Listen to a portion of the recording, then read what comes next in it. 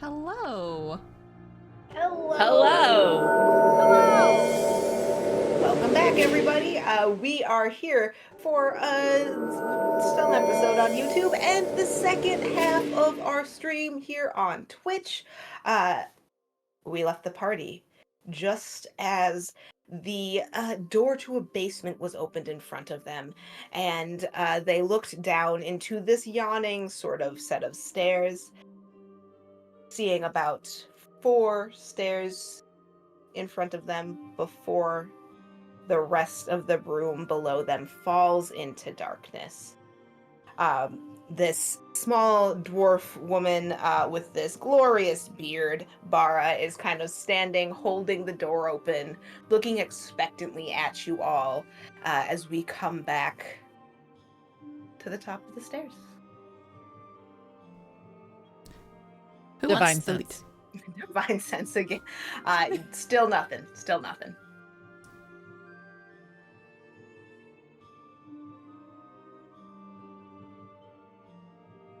Be brave, Liz, and I'm gonna cast guidance. Can anyone else actually see what's down there? Cause I can't see well in the dark. Oh yeah, dark vision. See anything interesting? As you look down the stairs, you are able to see some like overturned furniture in front of you. Kind of in the far distance, you are able to see like what looks like a couple of boxes that seem sort of askew. It looks kind of like a very normal basement that's a little bit. It seems like maybe it was like tossed, but it doesn't. You're not seeing anything immediately sinister down there. It looks like a basement. You got about 12 steps, Liz, and then straight forward into an empty room. Couple boxes. Look out to your left. All right. How? So You're we're at the top marching of the into the stairs basement. still. Yes. She's Down just to the ow, basement. just Let's general go. ow. All right. So is Liz leading this effort? Sure. I'd like to stealth, please, All right. and So- follow at a decent distance. All right. So we'll leave you at the top while everybody else is falling in behind Liz. Correct? Can I Yeah. switch the map? Yes, please. Who would be directly behind Liz? Would it be you, Tris? Or would you be further back? Triss will be at the top of the stairs for as long as she can. All right. So it is you and Gloves kind of like crouching and just staring down into this darkness with the rest of the crew kind of in front of you. Sounds good to me. All right. So as you are kind of I don't think they've Walk- ever cleaned in here, Gloves. Really not. the steps creak as you go down them, just the smell of like a little bit of moisture and the rot of like wood furniture that's been in a basement sort of hits you. You kind of hear somewhere farther off like the trickling of water as one would hear in a cave. As you come to the bottom step, it is still pitch dark in this room. For anyone who doesn't have dark vision, once you're past like step number 4, you are in total darkness. Sure. We're good with that. We're just scooting around in total. Okay. have fun. I'm lighting a torch. I like Maury lights a torch. I like fuck it. I cannot see a goddamn thing. All right. So we have a torch with Maury, and then we have Lizarath in the front who has dark vision. No. Lizarath in the front who is going off the torch that Maury Humans, has. baby, let's go. God. Two with dark vision are vibing in the back. Oh my god. Okay, so as you kind of get to the last step, you do see an overturned bench in front of you. Kind of in the distance, you do see the shape of boxes. You're not seeing or hearing anything. There's no other light down here. You take one final look around, and as your foot hits the cold, hard stone floor, and you take one more step, there is sort of a low chittering, and then a sudden scream, like a piercing, high-pitched shriek. And all of you kind of instinctually just clap your hands to your ears as you are not 100% sure where the sound is coming from. It seems to be radiating from everywhere, but it was absolutely activated somehow by Liz touching the floor below. What the fuck? What are you doing? Yeah, do I realize that it happened, like, that it's correlated with me touching the floor?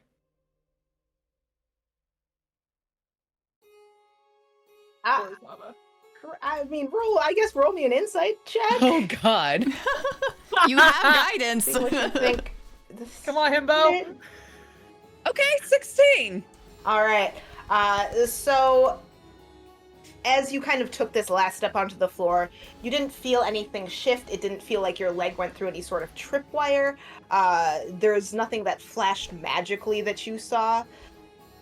You aren't 100% sure if there is... Okay, let me rephrase. You don't think that there is anything that happened between the step that you took off the stairs and stepping onto the floor that was like a mechanical trigger for anything.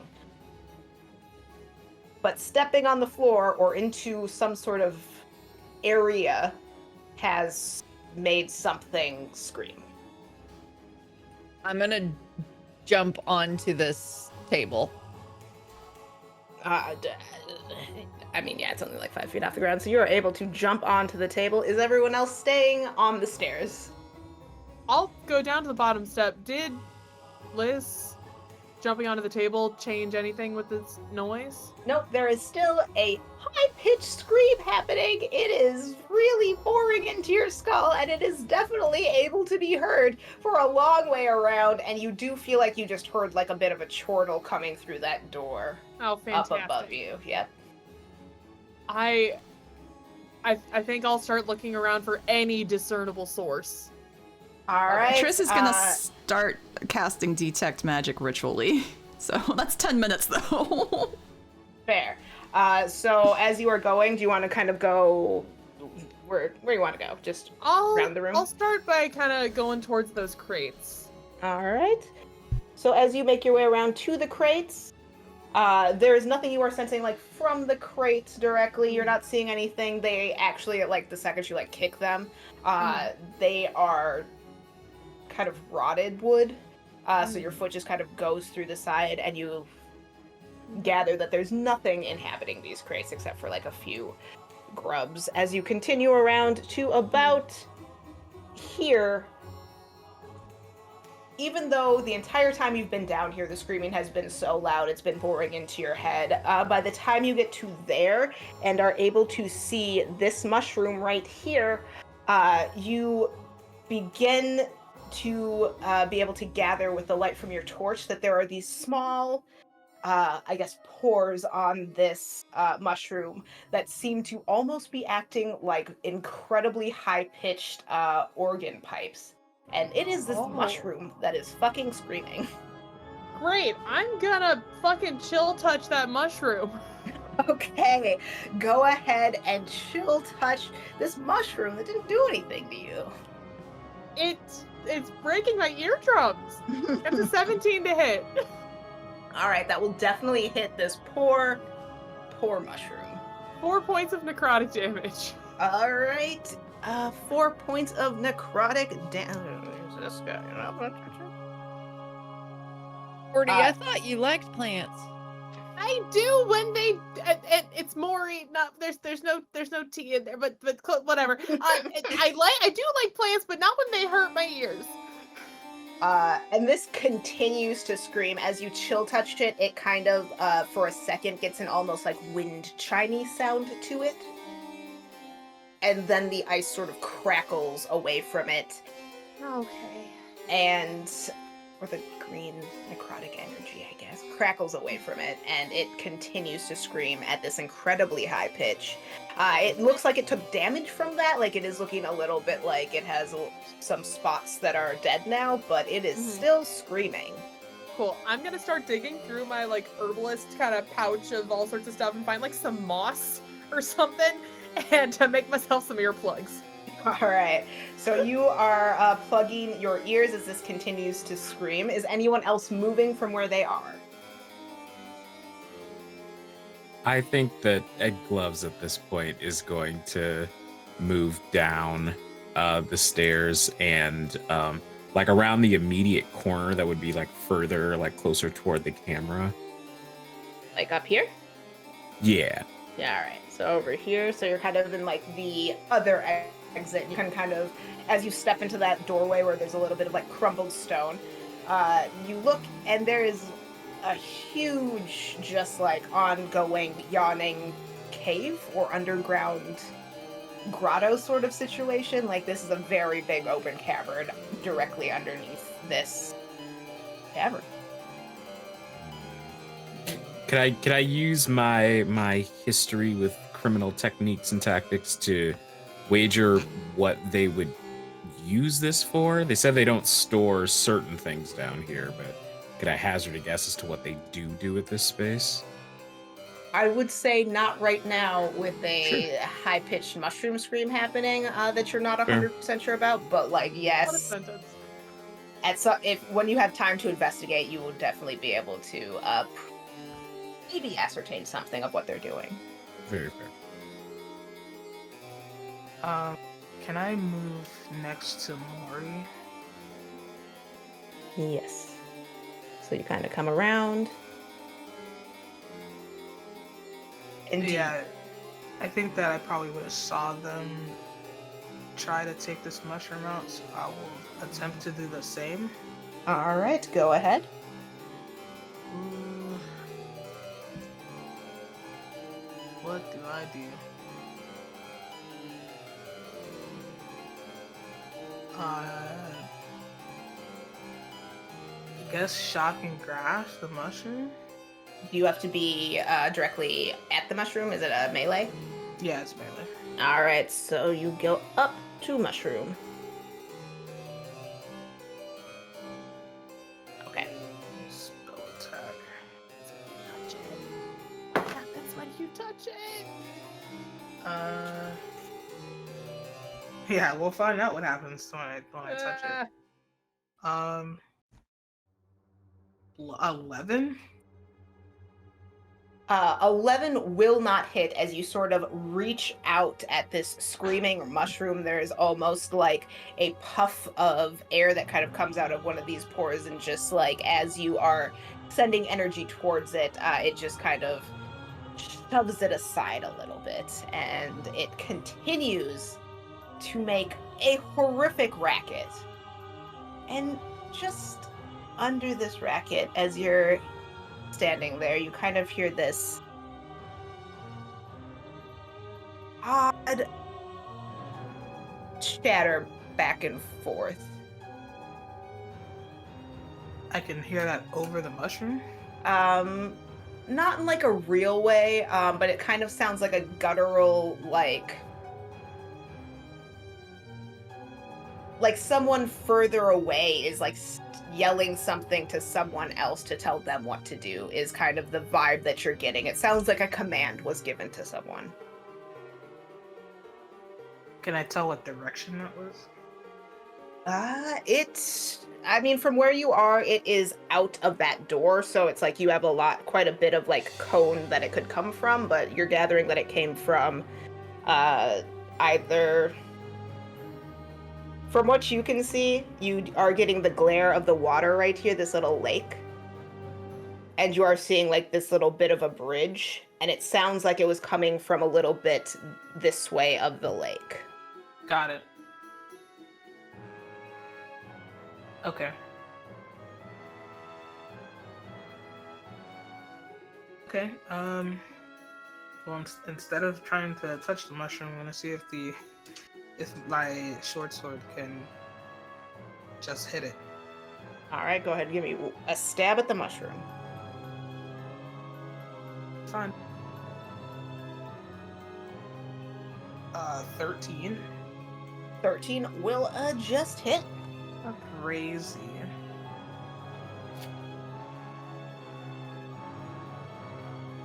6 points of damage. Alright. You kind of, as you stab out to it, you cut off one of its little stalks, and another one sort of like hangs sadly, and they sort of sound like a broken bagpipe a little bit now, where these two sad ones are sort of like, and one is still trying to make its same scream. It's extremely, extremely rough, and it's kind of trying to... It's a mushroom. It can't really move, but it is trying to sort of like mushroom away from you in the most sad, pitiful, nearly dead mushroom way. I'm gonna try to put it out of its misery. All right. Another chill touch. Go ahead and chill touch him. Just kind of, Well, that's an 8 to hit. It So will much for that. not hit that mushroom, but as the chill touch sort of reaches out, and the light of its necrotic energy moves past the mushroom and lights something a little bit of way. Is there anything anyone else in the room would like to do real quick? Oh, real quick before we die? I'm saying we've had, Mori and Yugo, so I'm saying is the back of the room doing anything? Can I? Well, do I see Rain or Mori react to that? To the near death? Yeah. Okay. Are you guys reacting? Oh, definitely. Oh, like more. I think if Mori, if his spell like illuminated something, like kind of approaching us, like he'd be like, there's something out there. There's something out there. What? Then I would make a move to like run across the table and jump in front of Mori and Rain. Roll me an athletics check, I'm gonna assume. Yeah. Yeah.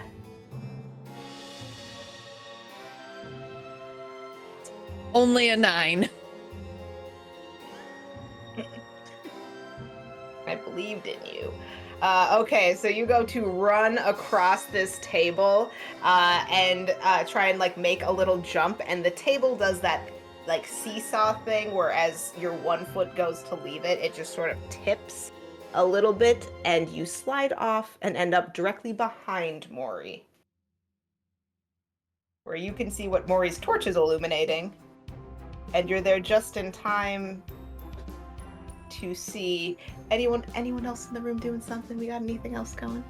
Got 9 minutes left, guys. It's fine. Just ritual casting. Yep. Going great. Gloves. I Gloves is just very unhelpfully like looking at all the dust and being like, they really haven't cleaned this place in a while. I know, right? Absolutely. So you guys This are goes back so there much quicker when you're not stressed. casting, being discontent about the dirt, and this little bit of necrotic green light sort of goes just past this mushroom, and you catch the glow of 2 sets of eyes? 3 sets of eyes. No, is that 5 eyes?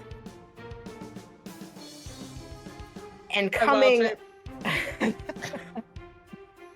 Alright, what do you wild shape into? I'm gonna go for a like using panther stats, but like a mountain lion. Okay, we'll just use this large wolfy looking thing then. That seems like it's cat-like. Yep. So as you sort of, your human form sort of crumples in and then explodes into this wild cat shape coming across the bridge. Point of order.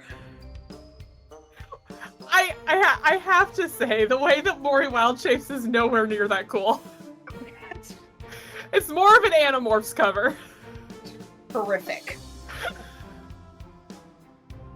So, as you kind of painfully shift like a weird bad hologram into this absolutely majestic jungle cat. There's also like tufts of fur that just come flying off for no reason. You catch those 5 set of eyes as coming across the bridge is a little guy. Ah! What? Oh. So you see coming across the bridge, illuminated by the light of a torch that you have dropped, and the little bit of spell that was just fizzling out as it missed its target.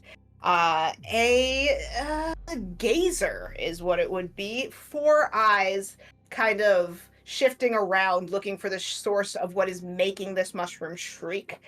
As the one center eye lands on you as this torch hits the floor.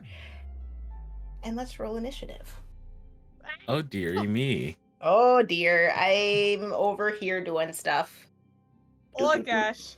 Oh jeez. Okay. That's All good. right. Well, that's not the best roll I've Oh, ever that's gotten. bad on both of them. Jesus Lord. What am I doing? Okay. So do we have any 25-20s?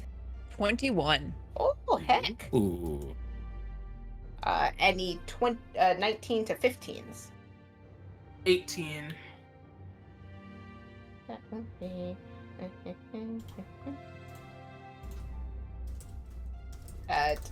The 14 to 10? 10. 11. Okay, that was 10 for Triss, 11 for Maury. Alright, and then we got, who is this? What'd we get, Jess? Jess was a 21. Gloves 21. got Thank a you, that- 6. Gloves, buddy. You know, it's really dusty and it's bothering me, apparently. Distracted. You're just like really judging Triss by how much dust she's kicking up, trying to like frantically scribble this ritual circle around her, but she is going so slow. Yeah, It's like a Clothes little are so priceless. white Yeah. and you're making them so dirty. Mhm. they were lost a bit ago to that problem, though, so you're just like, ooh. I'm gonna need to redo my mini. Dirt. Alright. So as we are seeing this gazer sort of float menacingly out of the darkness across this bridge form, kind of revealing itself behind this little mushroom that is out there. Liz, what do you do since you've just slid off a table and a little bit into Maury, who then popped into being a panther? Can I get through? I would say you could make an athletics check to try and do a little scooting. Let's not roll a 4 this time. That's better. 16. Alright, so this is kind of like a fairly tall door, and you are able to sort of vault over Maury, kind of doing like a puffed grab and pull. And you are able to jump to right there. And you want... Yeah, I'm gonna kind of swoop around to, if I can get to the back side of the gazer, if not just to its left or right. You can get directly into its face, or like to... It's pretty much directly into its face is the end of your movement. Okay, then let's get directly into its face. Alright, so go into the face. And I would like to hit it. Yeah. Yeah, I would Yeah. like to try to hit it. Will a 21 hit? A 21 will in fact hit. Sweet. That is 5 points of piercing damage. Okay. And then bonus action, hit it with the blunt side. It's only 11 to hit. That will not hit as the blunt side sort of shoots out towards its eye. It just sort of rolls its little round body away from you and just misses it. That'll do it then. All right, so then we are on to Rain, who is still just directly in front of a screaming mushroom. Seeing Lizareth has ran at a baby spectator, a fake. Okay. I'm gonna leave the mushroom alone and try to go get like an angle on what Liz is fighting. But I want to like probably buy like those 2 little crates. All right. Yeah, you can get right to them, like right there. That's 25. All right, perfect. All right. I don't want to hit you with this. And I'm gonna cast Witch Bolt. All right, go ahead and Witch Bolt.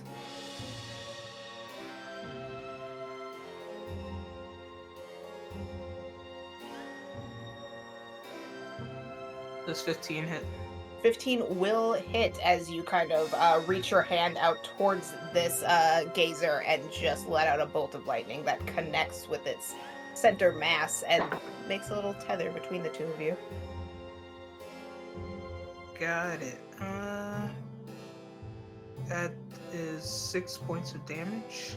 All right. Anything else for your turn? Let's see.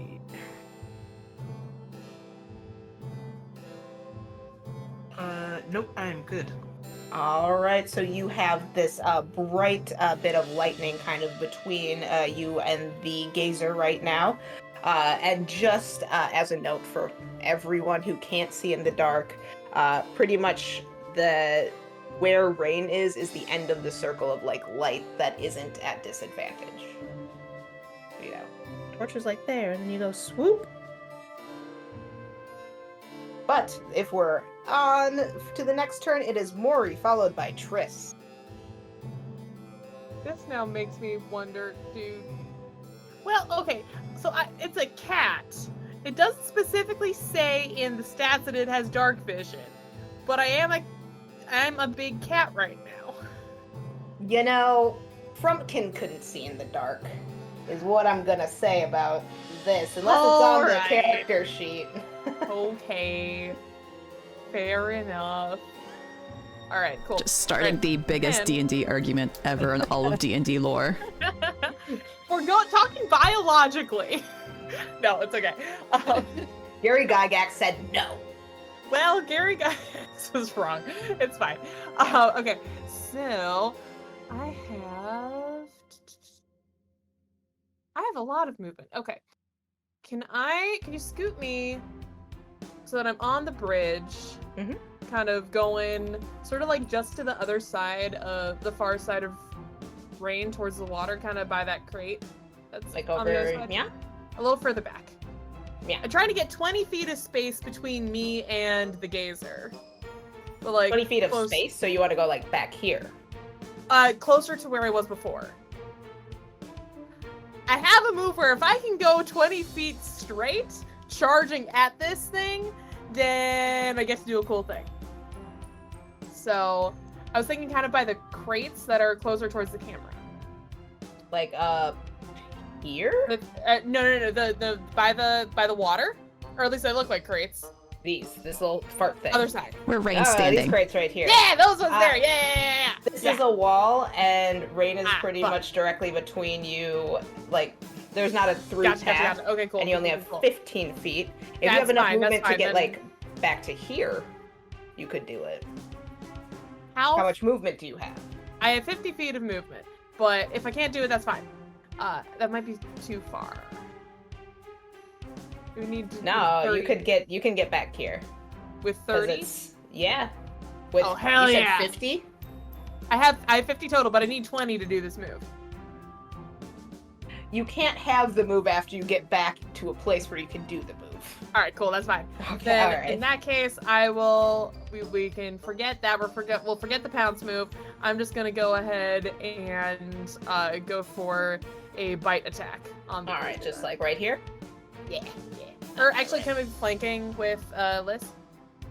I was like, you have pack tactics. It's a cat, not a wolf. I'm a cat. Yeah. Yeah. Yeah, so you can kind of scuttle around as this giant cat, and your nails just kind of drag into the stone of the bridge as you whip around and try and do a bite attack.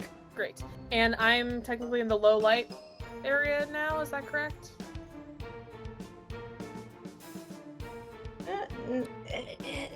It's like the spectator is kind of in the square where it becomes low light. I'll give you that you can still see as a cat Okay. one square off.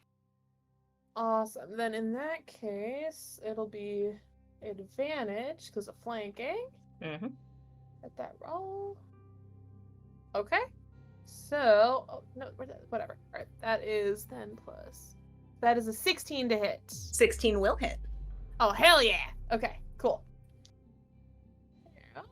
So this is going to be that. That's going to be 6 points of piercing damage. All right, as your giant cat form sort of reaches out with its huge paws and just lands on top of this little gazer, you tear into it and just kind of find a soft spot in the back of its cranium body, whatever it is, and are able to bring it to the ground. And as you're mauling it, it stops moving. It's dead.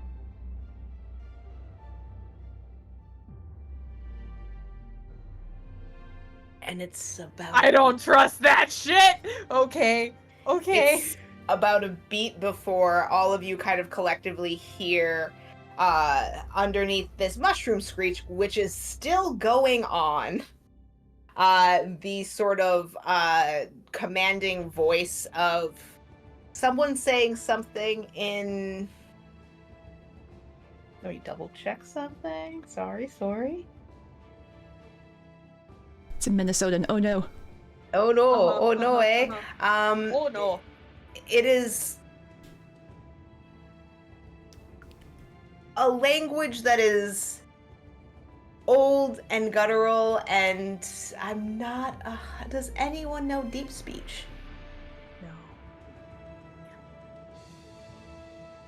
So none of you are understanding this, but you're hearing it from kind of just off to your side, and as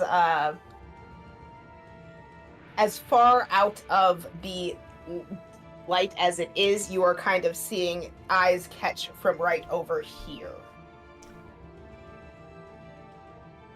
And you can't tell exactly what it is, but you are hearing this deep, commanding voice saying something as you are catching a glint of eyes. And that will bring us to... Oh, anything else, Maury? Nope. All right. And that will bring us to Triss's turn, who is at the top of the stairs. You don't know any of this happened. No, you not are trying at all. to make a circle. Yep, trying to make a circle. But I hear commotion and fighting, correct? And screaming, I take it? I would say that you are still mostly hearing the screaming. You have seen from the torchlight, though, that Maury turned into a giant cat and sort of ran out the door, so you could gather something's happening. Gloves, do you see anything going on? Is Maury going after the rats? Yeah. Okay, That's so what you get from gloves. abandon my circle. This is not working. Stand up, brush the dirt. She's going to go down the stairs using 30 feet of movement, which I think can get me to on the table right where the bench hits it. Yeah, sure. Can I get eyes on Rain? I would... Like, if I think I can get one more step if I can, like, right where the bench is, like, on top of the table. Yeah, there's a wall right here, though, so going Okay. like, along the wall would block off your view. I would say no, you can't see Rain, but you gather that Rain is not in melee with this thing that a cat is mauling. Would she have saw my lightning bolt though? If it's continuous and I have dark vision. Like I would assume like it was It is this still fade. there. It is still there on this dead thing, I guess. All right, Or you I'll know say- what? starting to fade, right? I will say You're that you weird. could have seen the lightning bolt, yes, that Rain casts, and you would have gathered where they are, generally speaking, from that trajectory, you know? Little Pythagoras theorem, Pythagorean. You can't see him, though. Yeah. Well, she'd do this. This is her buddy. She would use the extra feet of movement, peer out, see Rain. She's going to cast, which one is this? Shield of Faith, which is a bonus action. Okay. So for 10 minutes, you have a +2 to your AC, Rain. Yes, because you are doing, your action is extra movement. Yes. And then you're peeking around. Yep. You're right next to Screaming Mushroom, and you have used Can I do... 15 feet of movement. Okay, quick survey. Do I see creepy thingy in the corner? You know, just roll me a quick perception check. Oops, all perception checks. Yeah, sorry guys. I rolled an 18, and if that's too low, let me know, because I can bump it. I would say as you run forward and the sort of, you hop over this torch, and you're just seeing the lightning go out from Rain's spell. Mm-hmm.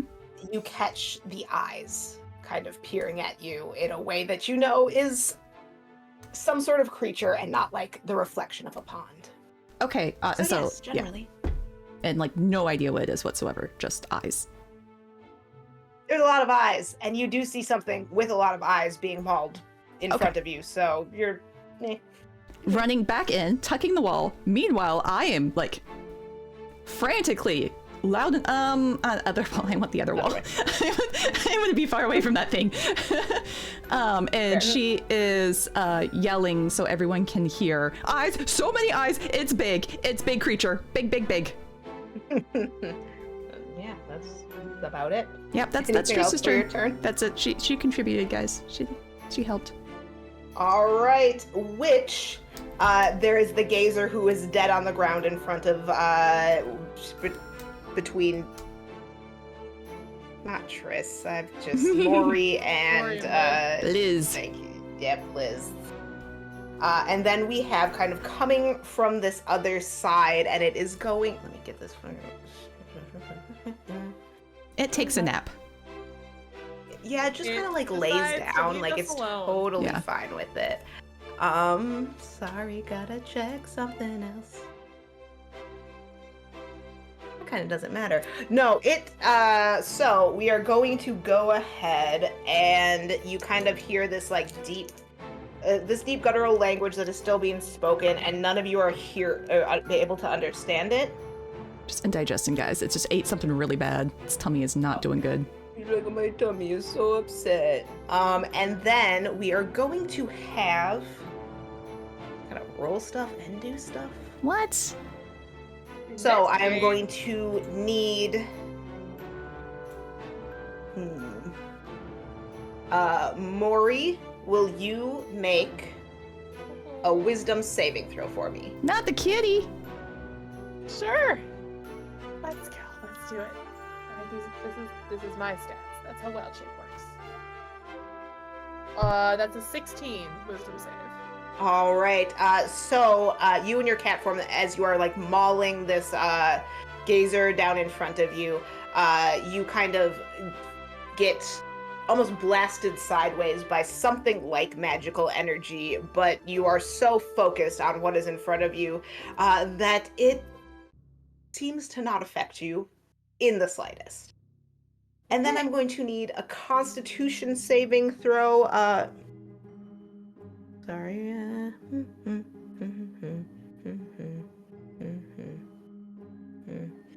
From you, Rain.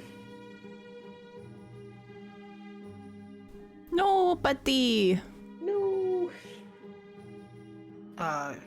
Should you repeat that? Constitution saving throw, sorry. Con save, okay.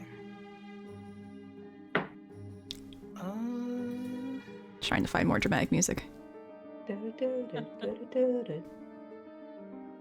19. Okay, excellent. So you, that's correct.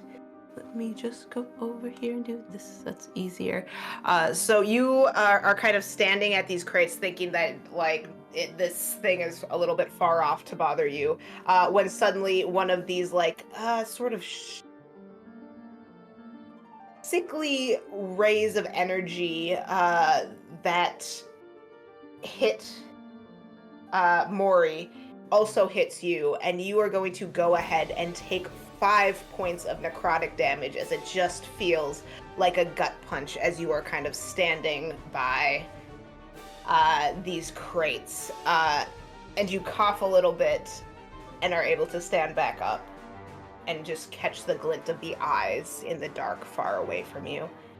And this guy is going to go ahead and go right over here behind this rock, where for most of you it will have some cover. It is also in absolute darkness right now. So you kind of saw like just the idea of movement going behind that rock as you are all being hit by random rays from somewhere. Who knows? I'll also take nobody out of here. Okay. So that'll bring us to Gloves, who is still inside, just having a great time looking at dust. Yeah. Unbothered. So I have a better view at the bottom of the stairs of what has gone on in recent since initiative started, correct? You can see over the table and through the door that there is shenanigans happening. You definitely saw that they were like mauling something right here. It is within the light where it's like you have a good idea of what's going on. I've got dark vision as well, so yeah, no, exactly. Since I am still stealth, I would like to go around one of the corners to try and make my way. So I'm thinking out and like out and around? Yeah, I'm trying to think like if that is the way that I would have went, probably because that's the shorter distance. Because I would assume that I didn't clock big guy to my right? Since he's through walls for me. Yeah, I would say like maybe from where you are, you maybe saw that like light illuminated the wolf for a second, or the large jungle cat for a second. Yeah. And nothing happened to them would have been kind of what you get. Gotcha. In which case, I will use my cunning action to dash all the way around to those crates as a bonus action. Are we like to hear? Yep. We're on the outside. You are right next to Rain, or do you want to be one down? Right there's perfect. All right. And as I like pull up behind Rain, just completely silently, Gloves will just like say over your shoulder, like, "Where is it?" And is just like waiting for like what like I heard we were fighting something. Where to go?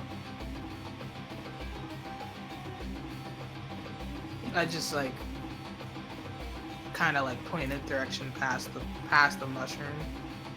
But I don't have dark vision, so the last spot I saw the eyes would be, I guess, what kind of between those two mushrooms. Yeah. So Rain points their arm out in a general direction. It's definitely a little off, even if you were doing like a straight line.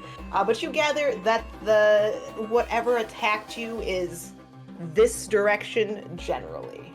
Fantastic. And with that knowledge, I will whip out a dagger and hold my action for something to pop into my 60-foot range. And I'll throw a dagger at it. Excellent. Yeah, you were like peeking around the corner, just kind of like waiting. And that will bring us back to the top of initiative, which means, Liz, it's your turn. You just saw this little cute guy with like 6 eyes just die in front of you. He was only trying to kill someone a little bit. But you also saw the wolf get hit by a beam of like energy, and you kind of felt the hairs on the back of your neck rise as one flew behind you and tried to hit Rain.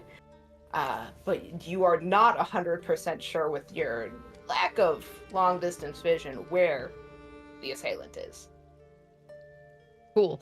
I will run back to that mushroom and stab it.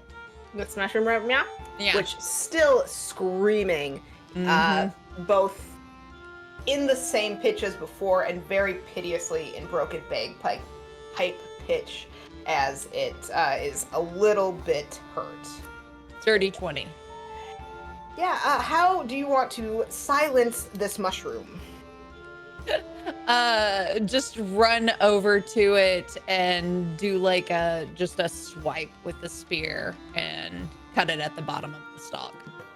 So just in the way you're taught to harvest mushrooms at home, you sort of take the sharp edge of your spear and just cut it off right sort of above where the brute spore situation is. And it lets out one sort of whoopee cushion-like sound as it falls to the ground. And there is silence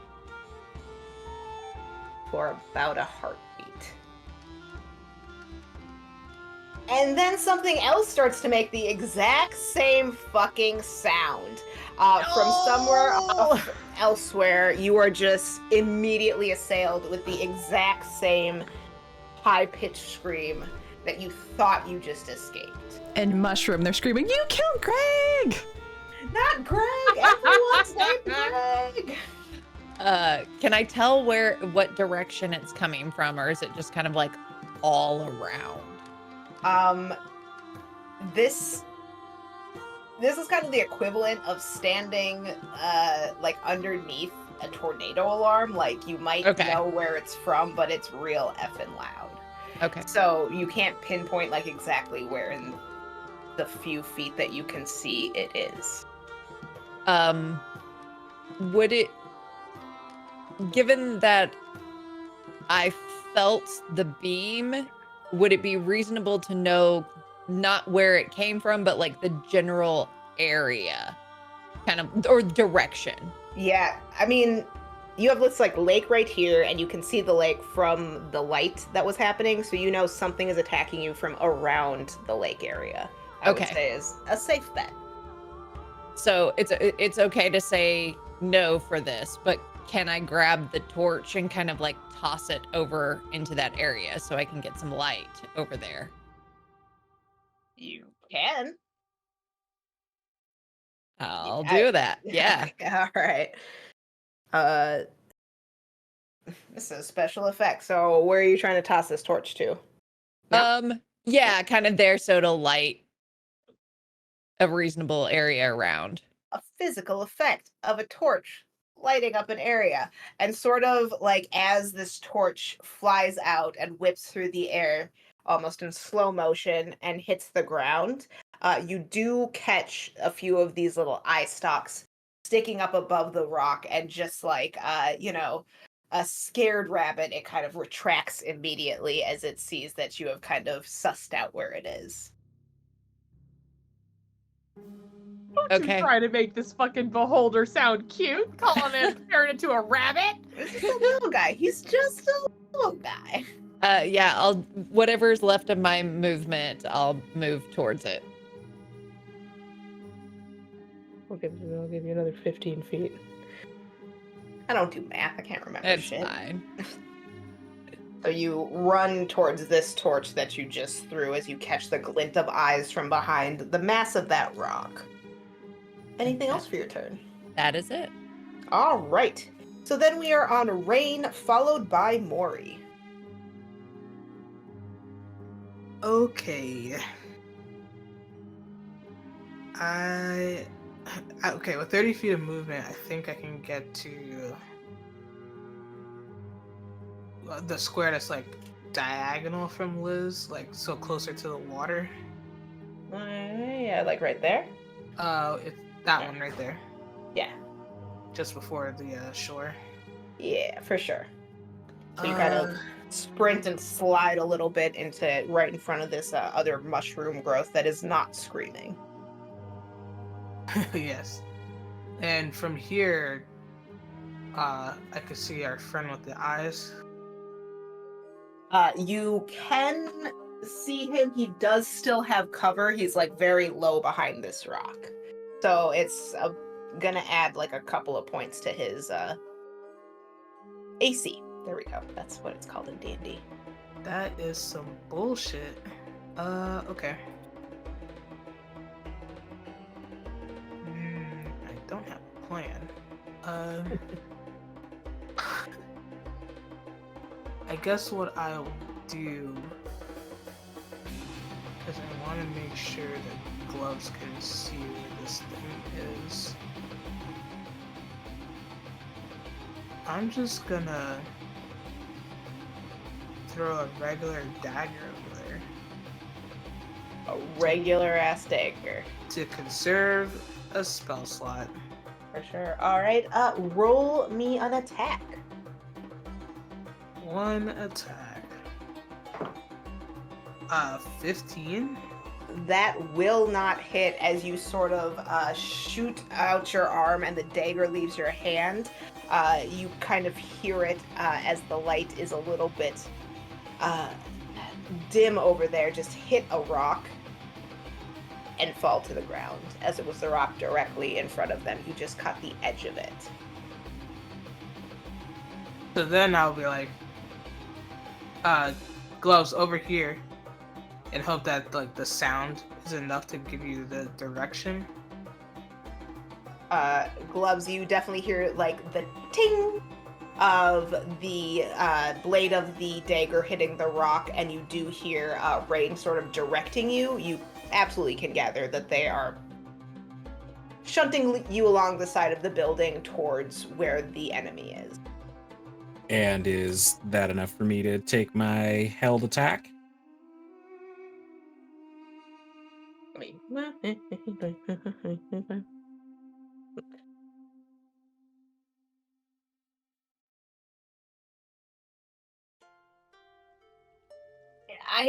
I think that you would gather as a roguish character, we shall say, that they are a little bit outside of your range. Like you aren't even catching the glint of something that you could throw your dagger at right now. Okay.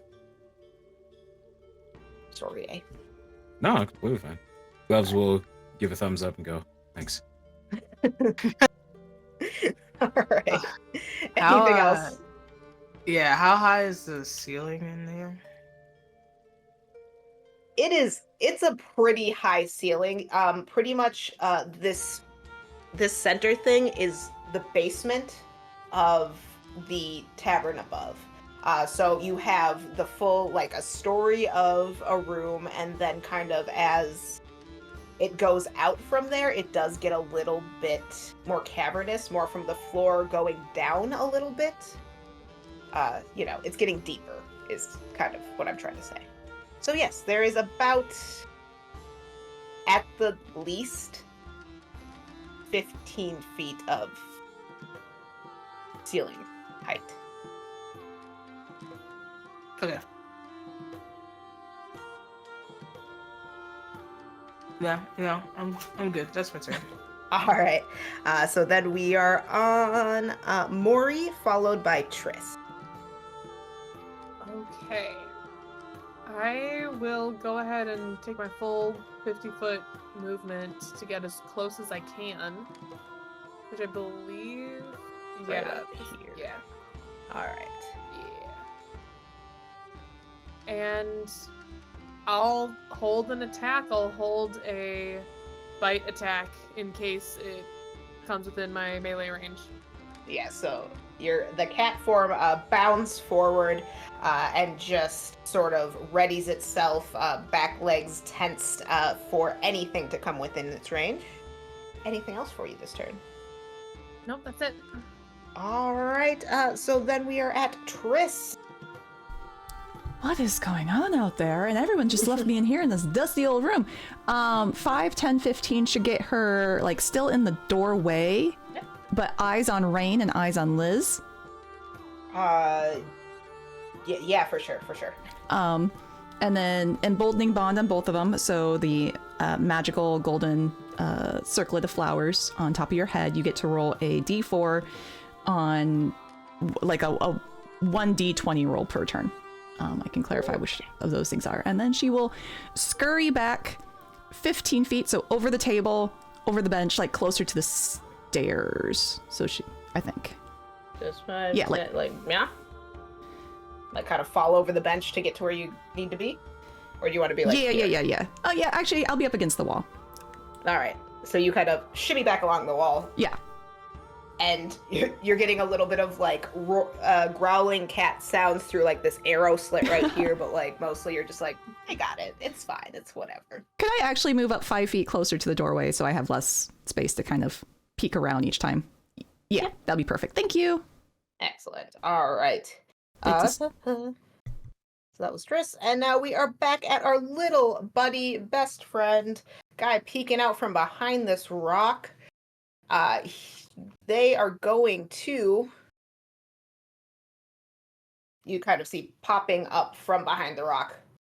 I stuck. And it's just kind of getting caught in the light of the torch as it goes ahead and shoots some eye beams at people. Rude. All right, so.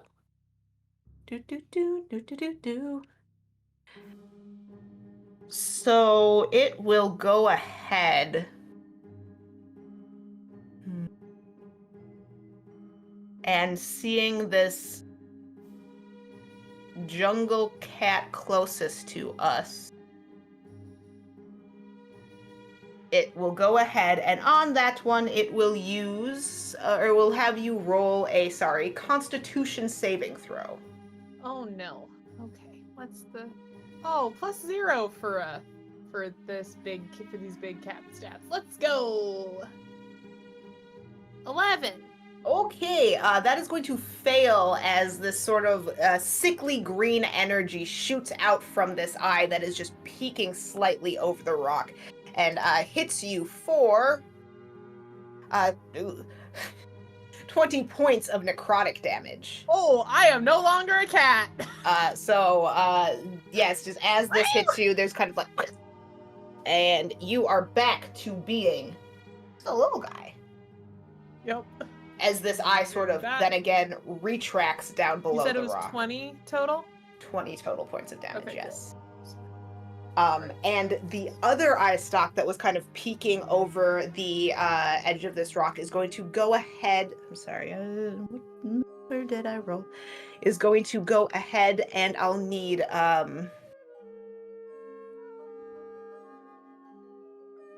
God damn it, Jessica, what's your character's name? Liz. I'm sweaty.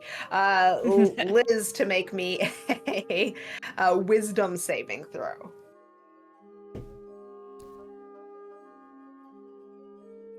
Ooh, dirty 20. All right, so Liz, you just kind of catch the glint of this eye over this rock as you see Maury poof back into being a human or a person shaped, and then we have a light that sort of comes out towards you, and you're just distracted enough where it just doesn't seem to quite have the effect that you would hope that it would, and this little guy is going to then kind of tuck down behind the rock again.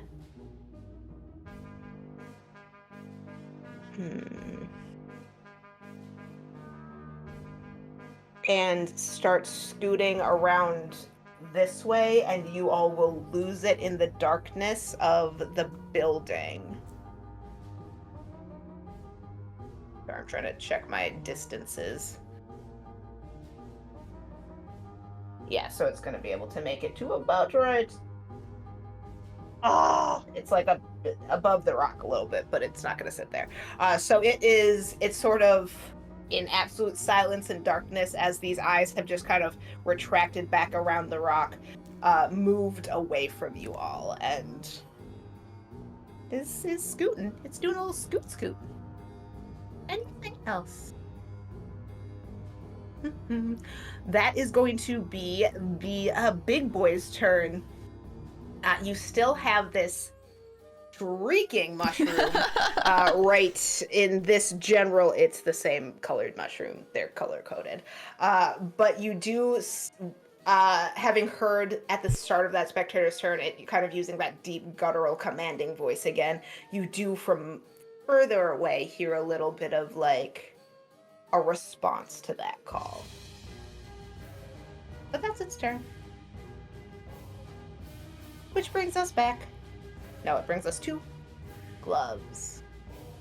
That's me. Did I see that big feller shift his way around there?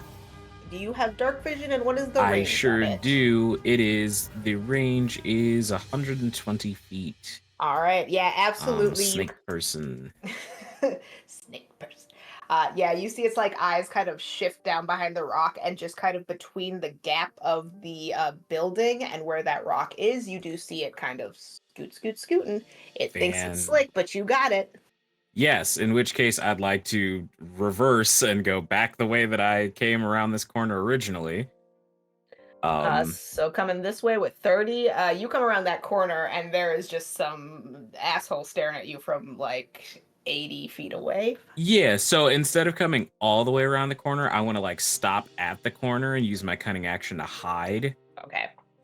And then so for stealth, that is a natural 20 for 27. Yeah, so you like kind of do the thing where it's like you take half a step out and see it, and then instantly just like back down, and that thing didn't see anything. Exactly. And then I'd like to peek around the corner with my short bow and take a shot at it. And what is the range on the short bow? The range is 80 without disadvantage and 320 with disadvantage. Yes, it is just within range as you peek around the corner, sort of loosing this bow. And what you roll? Fantastic. So at advantage, that's a natural 19, so 24. All right. Yeah, Hit. the arrow just streaks out from your bow and hits dead center in this skull mass. Wonderful. And that is going to be sneak attack damage because I was hidden from it and thusly had advantage. So that is going. Ooh, okay, that's fun. So that's going to be 15 points of piercing damage. All right. And you sort of hear over the scream of the mushroom that is nearby, just like that. As the deep commanding voice that was sort of coming out of it, like telling somebody far off to do something, leaves it for a moment as the wind is knocked out of this floating eyeball thing. Wonderful.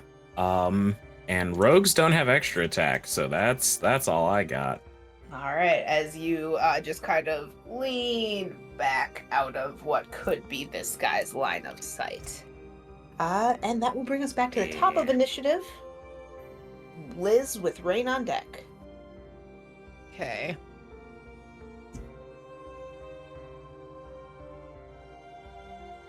So I saw the direction it scooted, but then it just kind of like faded out, correct? Or no? I'll say you know that it moved, and there's only kind of one way that it could go based on the light situation. Like, you have a big enough gap here to, you would have seen it move. Okay. So it went that way. And there's probably not enough room for me to like squeeze you can't get through between that. the building and the rock. No. Okay.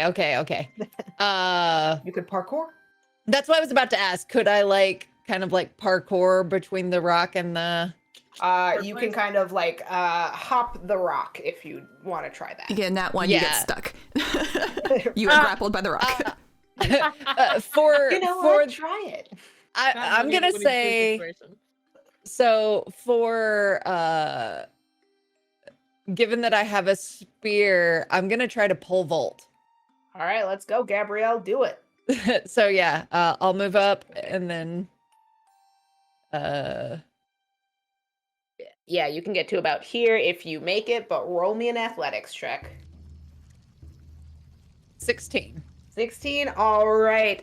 Just you start your sprint forward, plant the end of your staff or spear into the ground, and clear the rock, and are able to land just on that side of it. Do you have dark vision? I do not. So as you kind of clear the rock and the light from the torch is sort of blacked out around you, you are getting to the point where you can't see this dude from where you are based on the light that there is.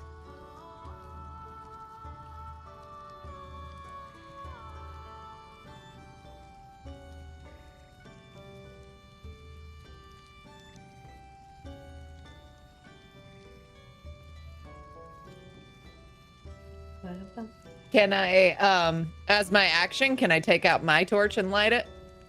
As your action, you can take out your torch and light it, yes. Okay. I will take out my torch. I'll kind of just do a take out my torch, light it, but just put it on the ground to light up the area. All right, so as you are dropping your torch right next to you, I assume that's kind of where you would want to drop it. Yeah. You are seeing just on the edge of the bright light going into the dim light, this set of eyes that just sort of turns towards you as it hears the click of the flint and the of the torch. Yeah. And I just I put my shield in front and point the spear and mechanically do nothing, but yes, but you look cool doing it. All right, and that's your turn. Yeah. All right, so we're to Rain with Mori on deck. DM, these little slots in the map inside the building, are those like arrow slots? Like, can I see, especially with that light just on the other side on the right, I can see through it, so I'm seeing that light and kind of seeing shadows and movement. Like over here? Yeah. I would say that you are seeing that there is light outside of it because it is such a specific, like, this is a hole for aiming at things. Okay, so those are holes throughout the entire building. Yeah, I would say there are holes, but it's like, it's narrowing your vision to look out of them, so you are getting, like, you could see someone move past it, but you can't see what's happening unless you are looking out that hole. Thank you. That makes sense. Okay. Yes. All right. So Rain, what you thinking? What you doing? I would like to move towards the rock that the guy was at earlier. Okay. I only have 30 feet. All right, you can get to like here.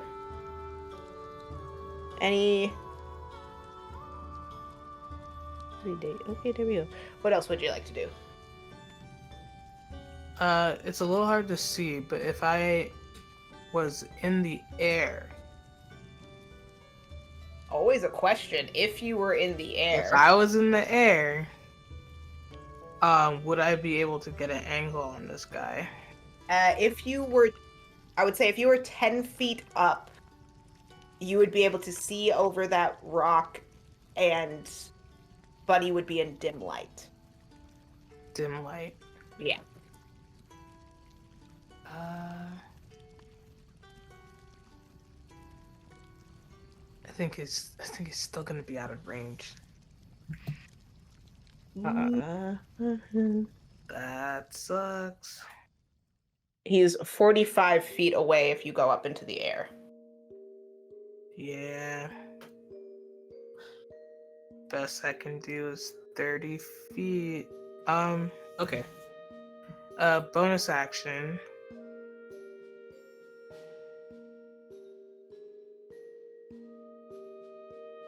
Actually, no, I have to cast a spell if I do that.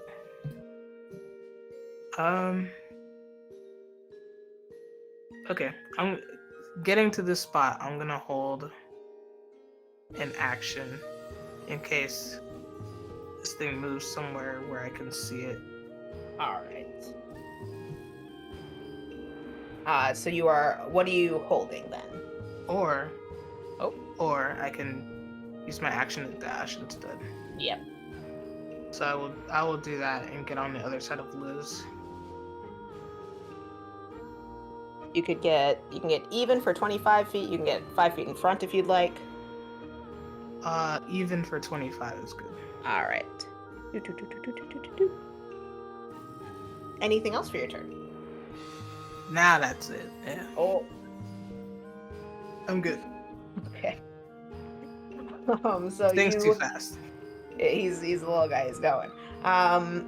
Okay, so you have the torch in front of you. You can see the sort of like eye stalks lit up in the sort of dim light that is just past the brightness of that. And then we come to Maury with Triss on deck. Okay. So, could you please move me so that I am, it looks like it's 3 squares behind Liz. So it's kind of like from, yeah, yes, right there, yes. All right.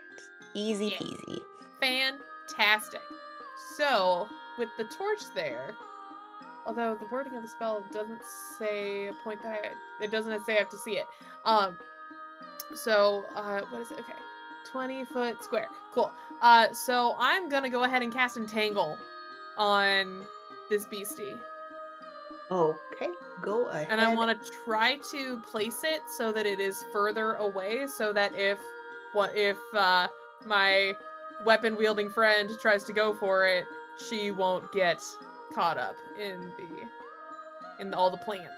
Okay, what is Entangle's area? 20-foot square. A 20-foot square. I definitely just got one of these. Starting from a point within range, the range being 90 feet. So, pretty a sick. 20-foot cube, and you were trying to entangle them, but you'd like it to be just like. Yeah, yes. Okay. Yeah. This. Perfect. So there is difficult terrain right there. Yeah. Correct. Yes. This so guy's now floating though. Yeah. Yeah, so it's a bunch of like weeds and vines and stuff just kind of like sprout out of the ground, like going for this creature. Just kind of like writhing, like spiny, thorny kind of vines. They whip up and try and grab at anything that they can with this one-eyed monster with eye stalks above it. Yeah.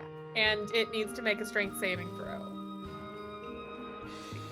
It's floating. It is a floating guy. I was hoping it could reach up to it. God damn it. You know, I love a good challenge. So I'm gonna say I didn't think about that. The little guy. roll me a d20. Roll me a d20. Okay. I'm an idiot. All right, d20. Let's go. That is a 4. Yeah, the vines sort of whip up, trying to grab at the bottom of this beholder, and Great. this little guy, and just Love kind of hit off the fact that he is round on the bottom. Shit. All right, seeing that, I will just drop the spell because this just gonna cause problems for my friends if I leave it up. Yep. So. And you know. And Maury is just under his breath, like berating himself, like, "Damn it, that was stupid. That was such. Why did I think that would be a good idea? That was such. No. Why did I do that? Damn it, stupid." And you do kind of hear like a low chuckle from the beholder as it like turns back to this triangle of people right over here. And with my last 10 feet of movement, I'm gonna take some cover behind that rock. Excellent. All right, so you're right back there. Now you're fine. Not part of the triangle of people. All right, so that will bring us to Triss. Monsters on deck. She is a creature of habit, so not knowing what on earth is going on because she's been hiding in this room. Actually, that far wall on the left, is that like shattered and broken where Gloves went running by, or It's right here? Yeah. Yes, it has 5 feet of difficult terrain, so just... Would she have seen Gloves as they ran back and forth? She has dark vision. She does have dark vision. Yes, I would say you did see it in your like sort of pressed with your back to the wall, just gloves like one way. Okay. And we're coming back. Like you saw that sort of like reaction and turn around the corner sort of thing. Yeah. All right, but is she smart though? I don't think she. No, she's got zero intelligence. Okay. You got a good perception though, so it's like you would see where they kind of ended up. Okay, the beholder is large. And so like using the eye holes, would she have kind of seen the shadow as it moved around? Oh, there's no light when it made a shadow. Never mind. Oh, you know what? She wouldn't have known where he is. So she's going to be doing exactly what she's done the other turns. She's going to pop out the corner, see everyone has moved away, be very confused, and will do the only thing that she can kind of do in this moment to help and fire off a sacred flame at the screaming mushroom. So at the screaming mushroom. All right. Yeah. It needs to make a saving throw. Can you check with me that the who sacred flame targets? Does it have to be a? It targets on a creature. So usually that's the overall encompasses. This is a plant. Is the specific thing that let me double check. What are you? Let me see what the rules are for any other basic attack really quick. Because I feel like Sacred Flame is weirdly like... Flame-like radiance descends on a creature that you can see within range. I'm throwing a glowing ball. But your call. Look it up later. Who cares? Yeah, hit this little guy. Hit this little mushroom that is screaming by the water side. It needs to make a dexterity saving throw of 13, please.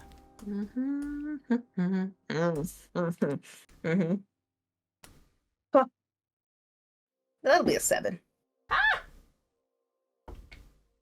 Triss does 6 points of radiant damage.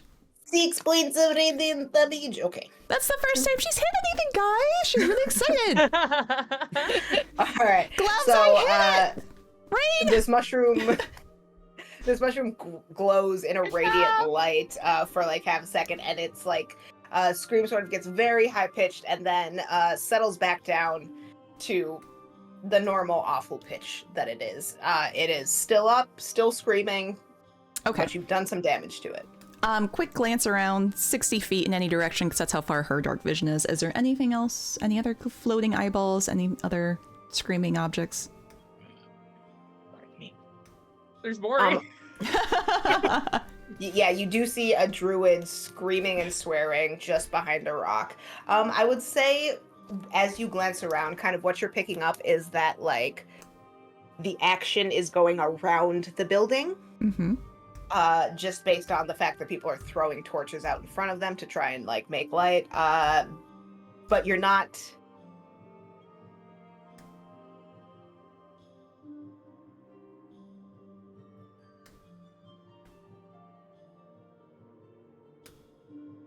There's nothing ominous in that direction whatsoever. That's this... I will say... Alright. Since you have 60 feet of dark vision... Would you like me to make a perception check? No, because your DC is 15, right? Or your passive is 15? No, my passive is 13. My passive insight is 15. Oh, never mind that. Yeah, make me a perception check. I will happily make you a perception check. That's a 3, so no. Yeah, no, you are like, I gotta go help my friends. Yeah. They're going around the building. I got this. Nothing else is gonna come up behind us. Yeah. Yeah, we're good. And seeing how all the action is clearly going around the bend, there's no baddies out here other than a screaming mushroom. She's going to take 5 feet forward, tuck herself against the wall, so if she turns behind herself, she can see gloves through that. So back this way? Forward, no, please. Towards the action. Yep, just 5 feet. Okay, yep. So it's like, that's the view you got. So she can see most of the party now. Okay, yep, thank so you. If Gloves doesn't move, you can definitely see Gloves. You have gathered that 2 people have moved around the building based on the torch. You can definitely see Maury. Outside of that, who knows what's happening? Which brings us to this sort of far off, quieter chattering that you heard coming from behind you as from this direction coming in over here. So it's like you're so close to being able to see it. There is one more of these little guys just with the fewer eye stalks, but still looking very angry and sort of seeming to respond to what this larger guy who's moving around the building is saying. So they're coming up behind you, and what is going to happen is... Can I warn them? Can I yell? Just squawk? I mean, you can. Yeah, you can yell. You can be like, man, behind you. Mari! They can't do anything right this Bad exact things! More second. eyeballs! Huh? Behind you! All right. So I'll take your word for it. Is this gonna work? What's this do? I don't like that. That's foolish. Okay, those are the same number. That is different numbers. So what is going to happen as this little as a ball of eyes and malice sort of comes up behind you all, we are going to feel Maury, Huh? will you make me a dexterity saving throw? Oh no.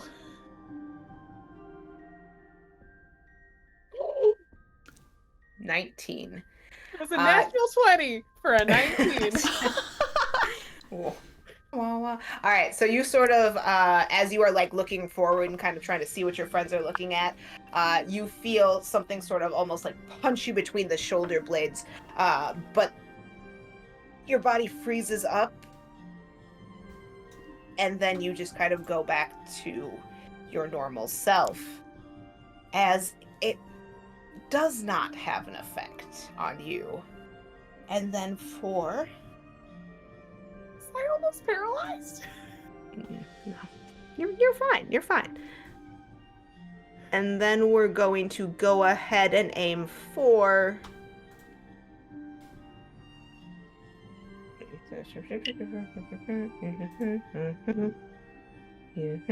Okay, so it's going to go ahead and aim for Rain. And Rain, can you make me a wisdom saving throw?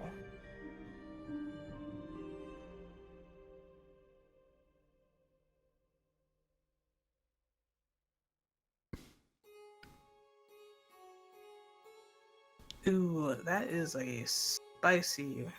What? Oh, it's still probably bad. It's a 4. Okay. You got that D4 you can roll. I know, but I was like, it's not gonna do anything. But you can do it once per turn. This is technically its turn. All right. It's 8. Yeah. Yeah, so you kind of in the same way that Maury felt like punched between the shoulder blades, get that same like feeling of an impact, and then very much the cold feeling of like water dripping down your spine, and you are going to go ahead and be frightened until the start of this guy's next turn. Cool. So, with frightened, you have disadvantage on ability checks and attack rolls. And you cannot move closer to the guy who attacked you. Great. All right, excellent. So that... Yeah, that is going to be their turn. So they use their movement to get there. And then we are going to move on to his big friend. And they are going to go ahead and turn some of the eye stalks. Yeah, they can't see gloves. They're going to turn the eye stalks back towards the people who are carrying them from behind. And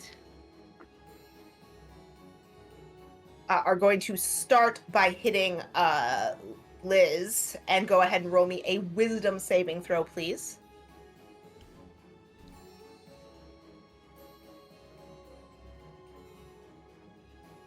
At 10? 13. 13. You can add the D4. That is with the D4. It was a 10. with the D4, you just kind of this eye turns towards you and kind of catches you in the face for a second, and you feel your mind sort of go just a little foggy, but you shake your head, Yes. and it dissipates. And then we will follow that up with having... Sorry, I gotta... Oh, ooh. Okay, and then it is going to... Sorry, Rain. Can you give me a DC or Constitution saving throw? It's just the two that I can see. This is technically the Beholder's turn if you need to roll that d4 again. I probably will need to. Ooh, it's not gonna help. It's a natural one. Ooh. No! Rain, buddy! Okay. All right, so as the other eye turns towards you, you kind of feel immediately just like punched in the chest as the wind sort of leaves you. And what happens is you are paralyzed for 1 minute. Damn. You can repeat the saving throw at the end of each of your turns, ending the effect on a success, which is DC 13 Constitution. So you just kind of get hit in the chest by this ray of energy, and everything in your body freezes as you are just sort of halfway through movement and no longer moving. And that's the spectator. Well, no, the spectator is going to...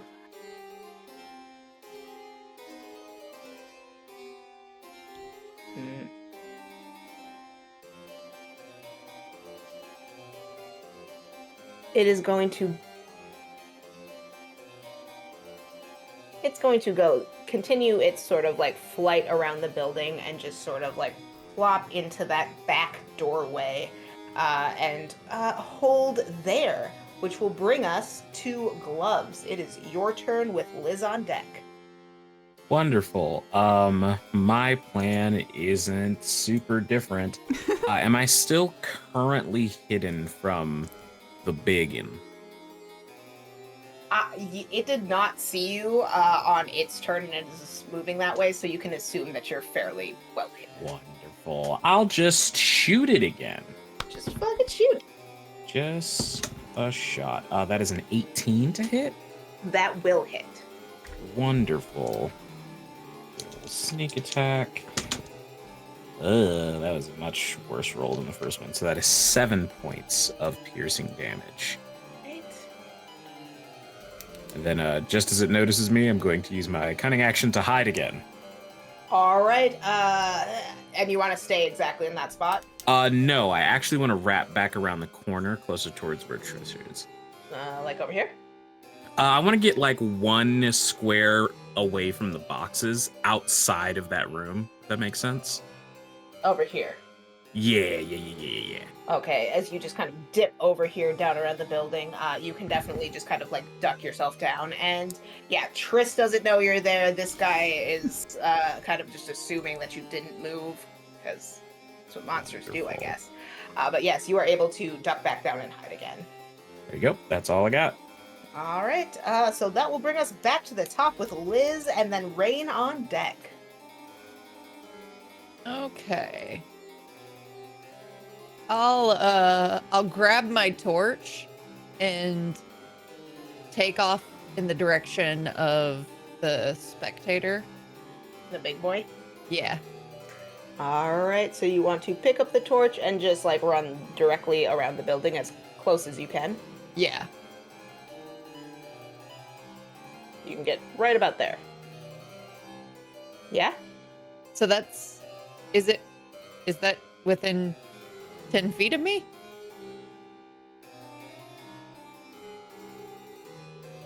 That'd be within 10 feet. Is this person within 10? That guy's within 10 feet of you? Yeah. Yeah. Sweet. I'm gonna hit it. All right. Liz has some constrained rage she needs to let loose. If you are, are Motherfucker. I have a question for you. Yeah. Yeah. So you said you picked up the torch. what did you drop? You got a shield and you got a spear. Okay. Can I toss, like, just pick up the torch and toss it so that it's near that barrel? Back here? Yeah. All right. Give me an athletics check to bend it like Beckham. Dirty 20. All right. Yeah. So you start running forward, and you're just whatever that was, and you just kind of kick out with your foot, and the torch soars through the air and sort of lands on the ground. And you run back over it to just be within 10 feet of the spectator, yes. And I only got an 11 to hit. You have your D4? That is with the D4. Damn it. It was an 8 before it. All right. Yeah, as you make this like awesome torch kick, you're like, fuck yeah, I'm gonna get this guy. You sort of swing out with your spear, and it just kind of hits air where a humanoid's torso would be. You are just sort of like hitting underneath that because you are fighting a floating enemy.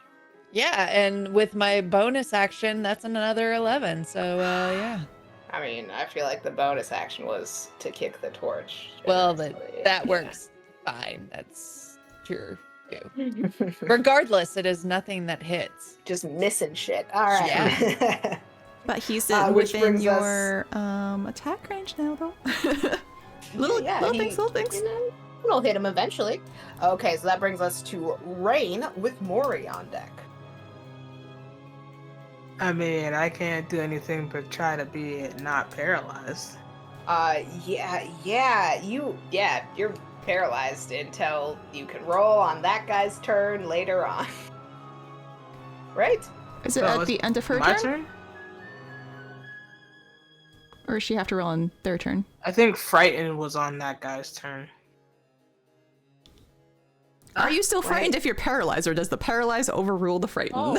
I feel like you would forget about being frightened because you're now paralyzed. Target can repeat the saving throw at the end of each of its turns. Yes, go ahead and please repeat your saving throw for paralyzed. Constitution. You can add the D4. I'm gonna need it.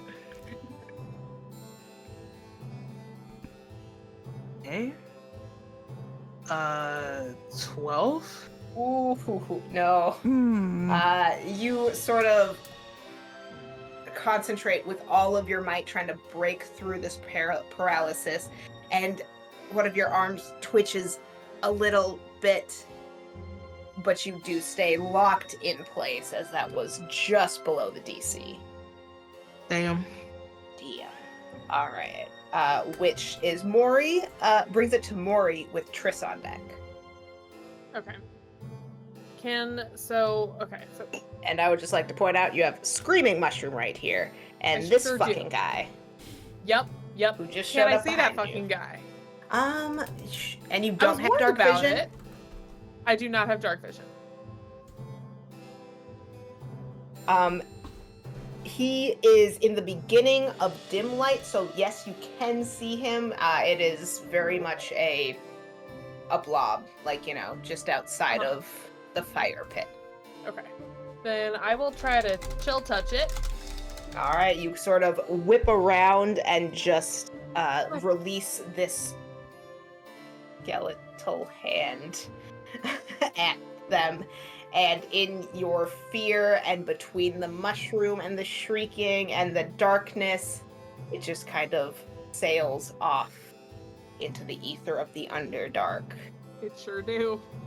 past the shrieking mushroom, as the I'm- high chittering voice of the gazer washes over you.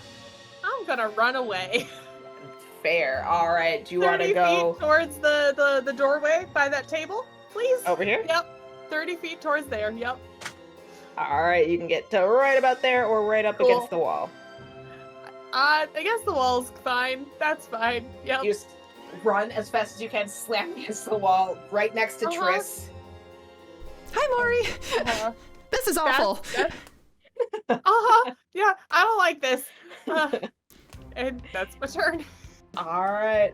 So as we are sitting here, we are coming to Triss. There is still in the air the screams coming from the other side of this basement where you are cut off from them. Directly Triss. Directly in front of you, there is Maury, who is just kind of slammed back into the wall. And you have like the little bit of light from a torch that is laying on the ground, sputtering a little sadly. What would you like to do? Oh boy.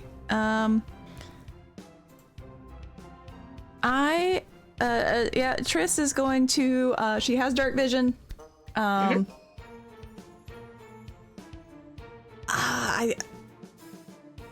She's gonna try and stop this little mushroom from screaming. So another sacred flame at it. So a dexterity saving throw from the mushroom. 13 save. Mushroom dexterity saving throw. Ooh, that was an 18 on the die. Okay. I probably should. Screams a little louder. And I think she would actually like take a step back, like she's gonna go hide in the room again. See the beholder? Yep, right across the room. It keeps backing up, and so she's going to the corner where Gloves is at. All right. Yeah, so and then runs into Gloves. It's like, oh, there you are. Found you. Yeah, like you have a pretty good bead on where everyone is. Probably. Yeah, you are like, these two people are right here, and I know that, and I know someone else went around the building, and that's it. Okay, that's her turn. All right, excellent. Well, that brings it to this jackass coming up from behind. Oh, I gotta click to my other guy. Sorry.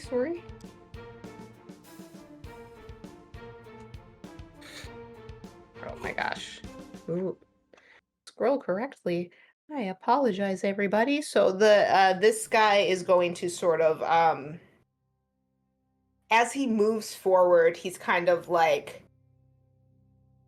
where you heard like chittering responses before, as though he were responding to the other like spectator who's roaming around. Now he is kind of imitating the spectator. So the same sort of like guttural, deep speech that you heard before, now as they begin to float forward, they are sort of emulating that.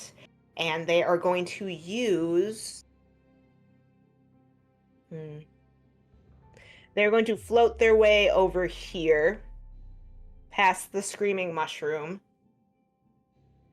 To right, I think right there.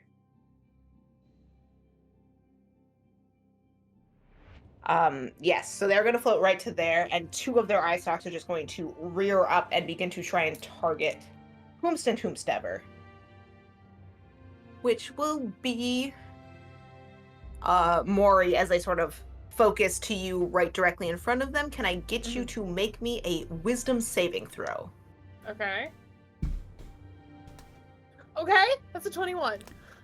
So yeah, this thing turns its face and one of its eye stalks towards you, and you kind of feel for like half a second, like a deep-seated fear, as it looks at you, and you just sort of shake your head and it clears a little bit. And then it is sorry, what was the other one? And then it is going to turn another eye stalk and just look across this way, and it is going to...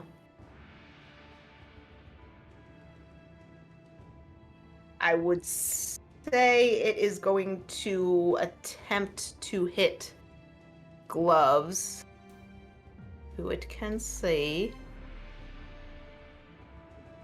Let me check who I'm going to try and hit. Okay, yeah. So it's going to try and hit Gloves, and go ahead and roll me a dexterity saving throw. Gloves be nimble, no, Gloves be quick. Right. That is a natural 20. All right. So as you kind of are watching this, little gazer try and attack Mori, you then see one of its eyes snap over towards you, and as the eye releases a bolt of freezing cold energy, you just sort of move your head to the side very nonchalantly, and it explodes off the side of the building and just dissipates into nothing, and you are unharmed by its frost ray.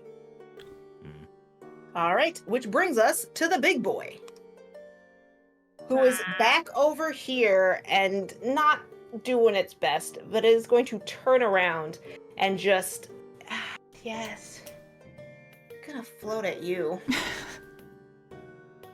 That's stupid. That's a dumb thing for it to do.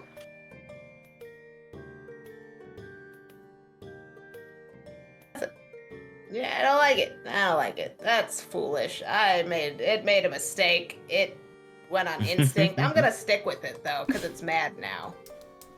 And it will try and bite down on you, Liz, and absolutely whiff it. And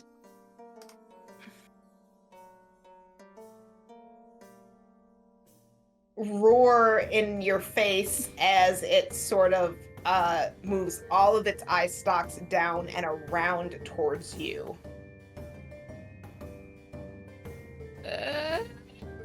That's its fucking turn. Do you ever feel like something's watching you? I feel like somebody's watching me. Yes, but it did, instead of using its eyes, it sort of tried to bite at you in a fear response, and now it has used its turn, which brings us to Gloves, who just had that little ray of frost explode over their head and do nothing. And what would you like to do? Triss will probably hear Glove sort of like grumble to themselves and goes, all right, this is starting to get annoying. Can I throw something that is on my person as a bonus action and then pick something up off of the ground to throw as well with my action? Free action to be picking it up. Yeah, I feel like it would be like it's action to throw whatever you have, and then you could pick something else up to ready it for the next time. Gotcha. That feels fair. Yeah, it makes total sense. Yeah. In which case, I will shoot the big guy again. All right, so you kind of take a few steps forward and look at it through the building. Yes, ma'am. All right, go ahead.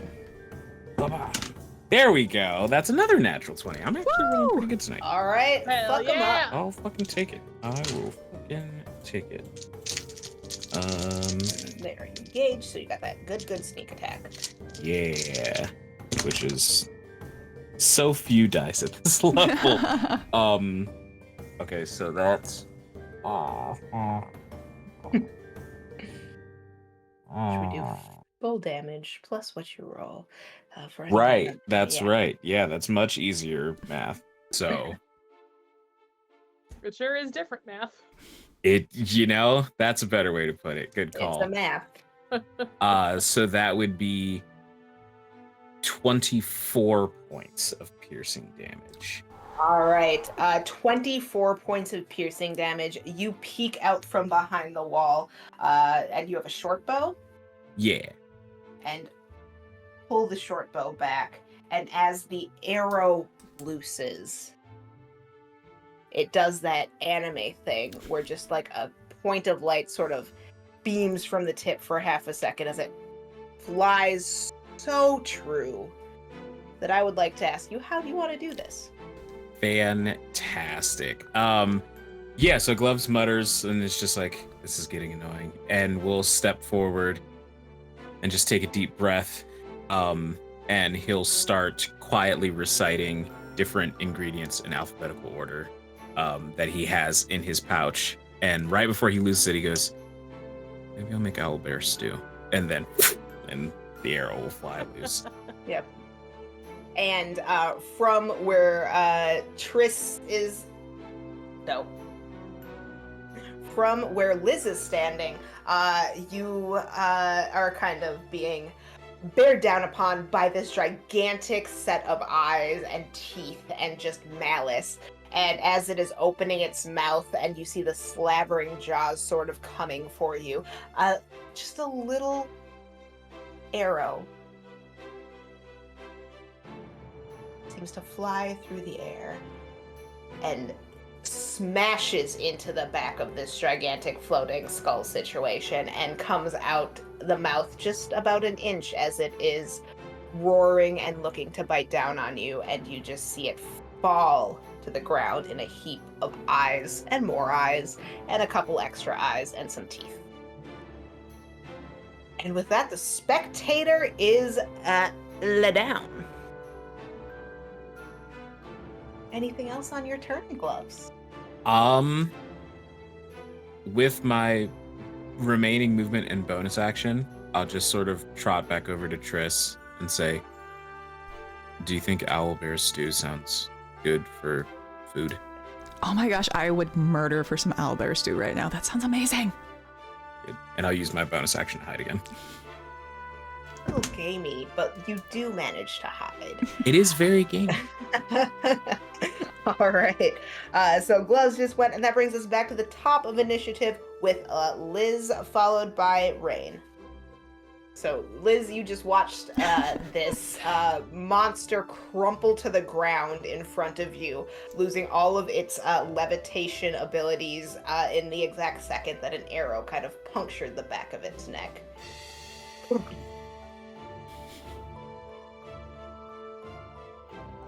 Okay.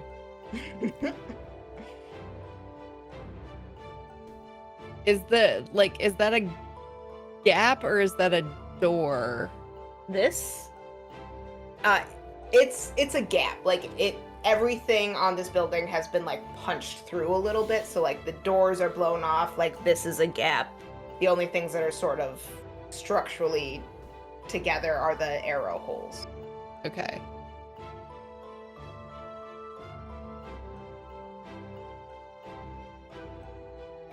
I think my movement can get me to... Up there? Yeah.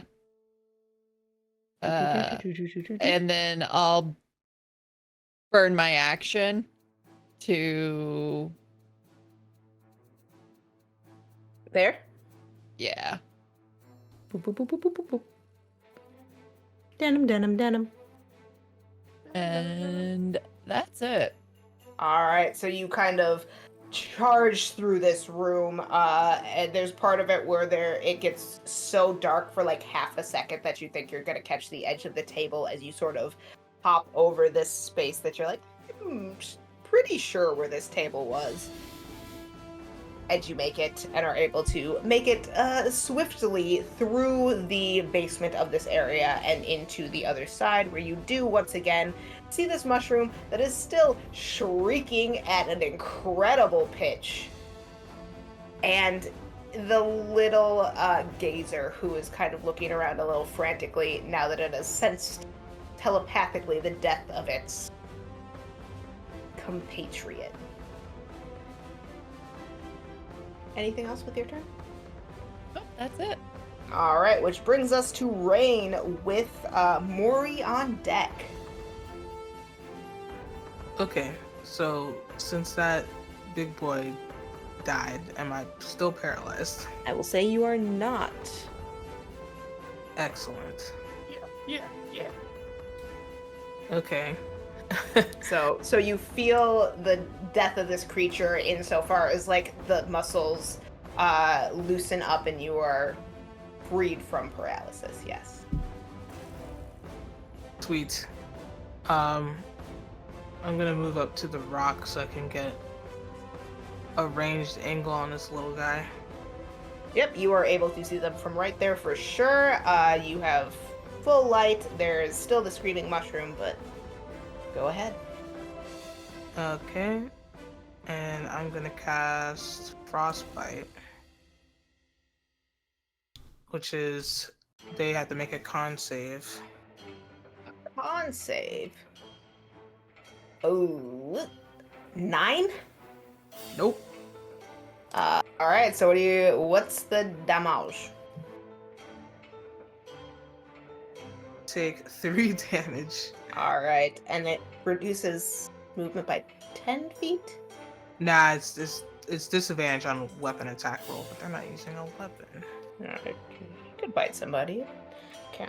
All right. So you kind of peek around and throw out this bolt of energy, and it just hits dead center, and they sort of screech a little bit. And they took the full amount of damage. They're hurt, but they just showed up also. Yeah, no. Anything else on your turn? Nope, that's it. All right, so then we are on Mori with Triss on deck. I think Maury's gonna let out a like deranged little yell, just like ah! And he's gonna cast Shillelagh on his walking stick. All right, And he's gonna run up to this little gazer and hit it lay bonk with his stick. He's gonna bonk it with a stick because he's tired.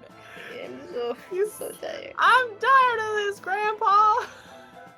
All right, what you got for a hit? That is gonna be a 17 to hit. 17 will bonk. Fantastic.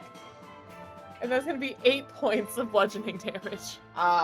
So Rain, as you kind of shoot off a beam of energy and do like 3 points of damage, you see Mori just come out of nowhere, like the biggest to the fence swing, as their little like scrawny arms sort of seem to for like half a second glow with muscle, and the stick also like continues the glow, and it just cracks this gazer on the side of the face, and you see a couple of gazer teeth go flying out as you connect with the side of their head, and they look dazed, they look confused.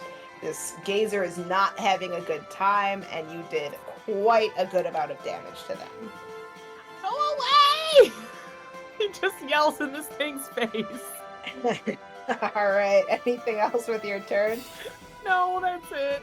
As you yell go away, there's like panic in this little gazer's eyes. It's lost, you know, its entire like little family. It's looking around a little sad and confused. But that brings us to Triss. Triss, seeing Gloves use the bow and arrow and make a spectacular hit, gets inspired and pulls out her crossbow bolt. It's like, that seems like it's working so much better, and she's going to fire at the screaming mushroom because she is so tired of the screaming. Yeah, just screaming, just terrible. Oh, that's not gonna be great though, 'cause she's only gonna hit it for 11. That will hit. Ah! Yeah, that will hit. Was not expecting it. For what number are you? That is 3 plus 2 for 5 points of piercing damage.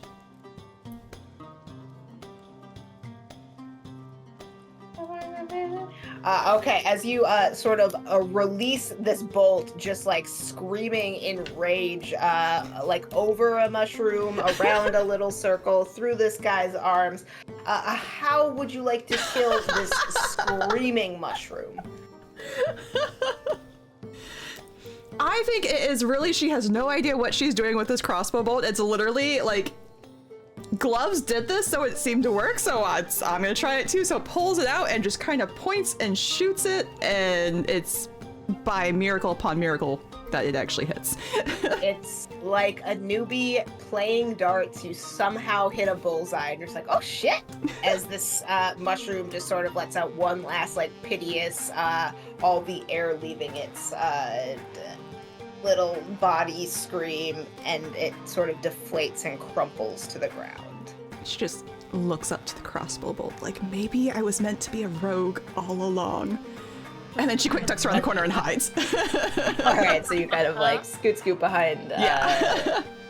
Yeah, they're like, you just see one very rough gazer, and you're like, bye. Yeah. All right. Nope. So that brings us back to the gazer's turn. Who? I have a reaction. All right, let's go.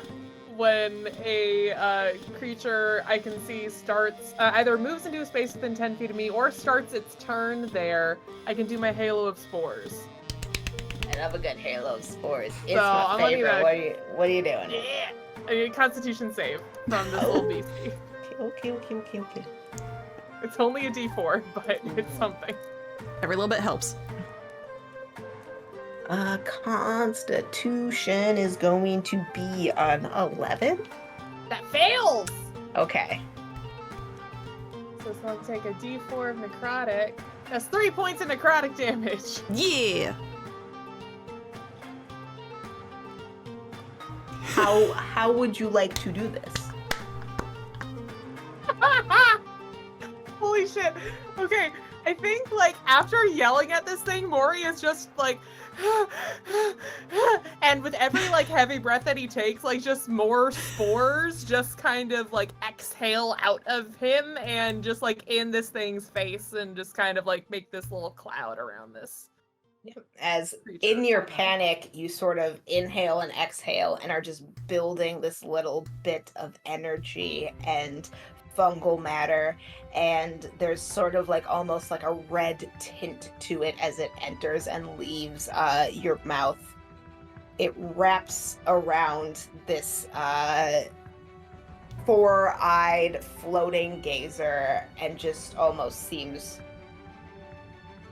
to suffocate them. Like, it just kind of, every bit of it flies into their face, their eye, their mouth, and they sort of drop to the ground, and all that energy sort of does the graying thing that you would expect from necrotic energy, but also just leaves a little bit of, like, reddish moss in its wake as it moves away.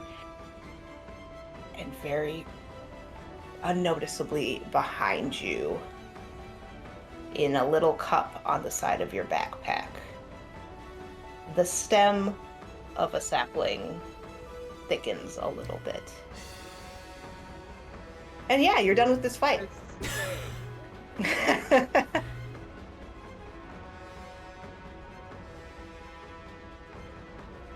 And it's silent. Or and he just sits down.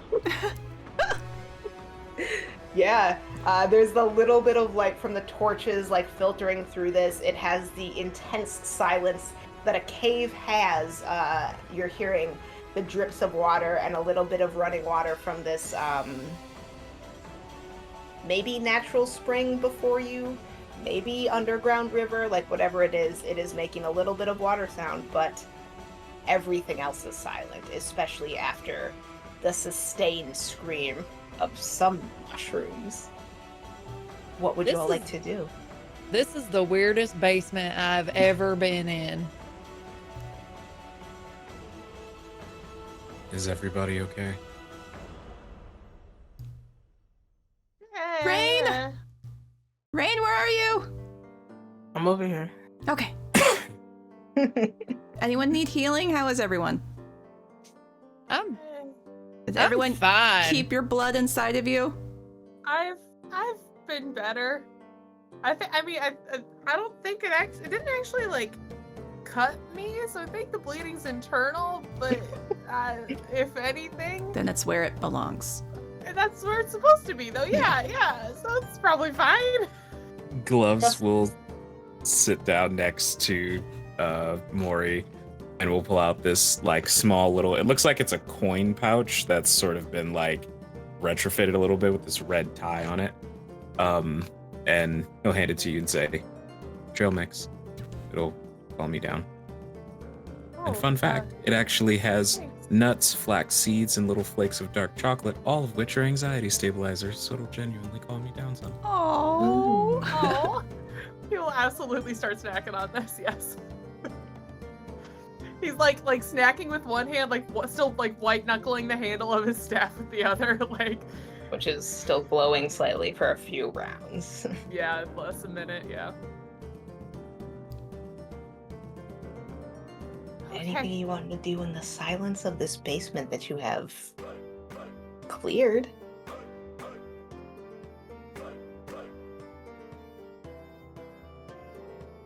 I guess we should probably take a look around while we're down here. Yeah, probably. What for? I thought we were just supposed to clear out the basement. Oh, I don't think we've explored all of it. Do you three want to sit and take a breather? Me and Gloves can see in the dark a little bit better. So maybe we can go scout out while you guys rest up? I could do with a little breather. She's like bandaging Rain. And like, way too much. Just way too many bandages. She's gonna have to restock when we get to town. I'm not even scratched up. Too bad. It's like not even the arm that's scratched, it's the other one that's... Just practicing. I mean, I can't really see, but like, I don't really need to rest. I didn't really get hit by them. I didn't really hit them either. I just kind of ran around a lot. So I generally don't like cardio all that much, but It was impressive though. it's You okay. really kept up with them, and you didn't stop that whole time. You were just booking it, and you're hardly breathing right now. They kept floating away, which I feel like is cheating. They were very floaty. Yeah, Mhm. All right. definitely cheating. How about this? Me and Liz will look around, and Triss, you can get back to that ritual you were doing. Oh yeah, that's smart. And just Seemed immediately important. sits down and starts doing detect magic. So 10 minutes. All right. People who are kind of like wandering outside. You have dark vision, correct? I do, and I will also very pointedly hand Liz one of the 2 torches that have been Yeah. dropped on the ground. Absolutely. So as you kind of are doing like a perimeter sweep of this area, they weren't kidding about there being like an actual like graveyard down there, like kind of on the this side towards the camera. There is a little bit of a like hill downward, and they do just have like a very small but nice, well-kept graveyard. Like the graves are clean. There's not like a lot of like moss or anything, and it is just you would kind of gather that someone has been like stone shapes out areas for bodies to be laid to rest, and they like cover them up. So there's nice headstones. Everyone has like the name, kind of like what they were in the guild as you start to look around, and then the years of life and death. You do see a small shrine that's kind of non-denominational. Like it has a few of the most common gods sort of tokens to them on it, and it is just like a nice offering table, very much for someone who has probably lost a friend in the guild to come down here and sit and think about it. But there's nothing sinister. There's no more like drop-offs or like deep bodies of water or anything on that side. It just kind of runs into a wall after a while.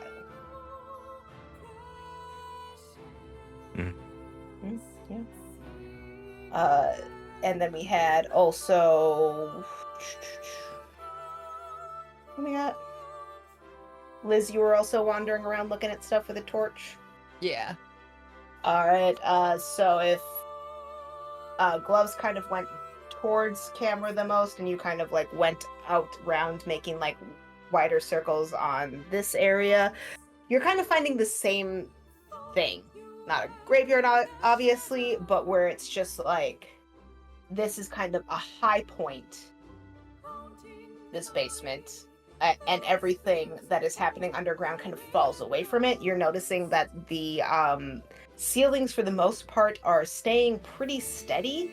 So the ground is also getting thicker as you get deeper. Like, these are tunnels that are going down. And then obviously if you're kind of like taking a wider look and going across the bridge a little bit, it's kind of the same thing. It's going downward, but this obviously across the bridge, you're kind of seeing a trail that seems to lead somewhere. You can't see outside your torch range, but you would guess that it doesn't suddenly stop.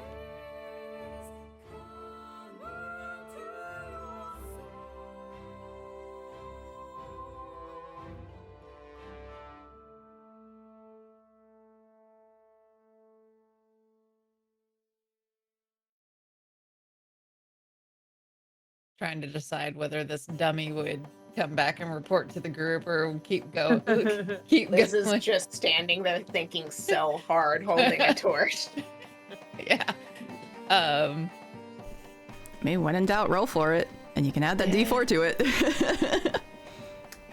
D4 to wander off. Yeah.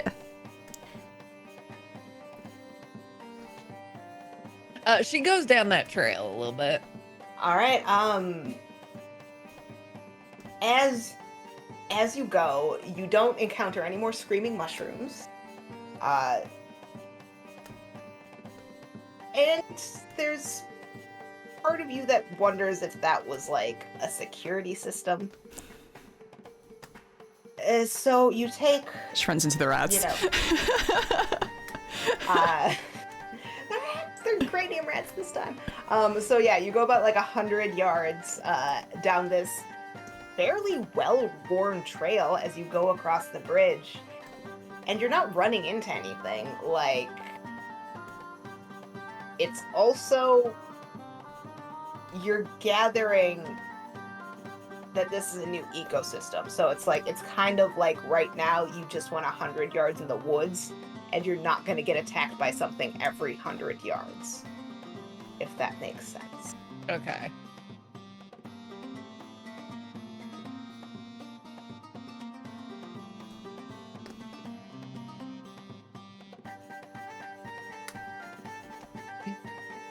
The thinking, the wheels.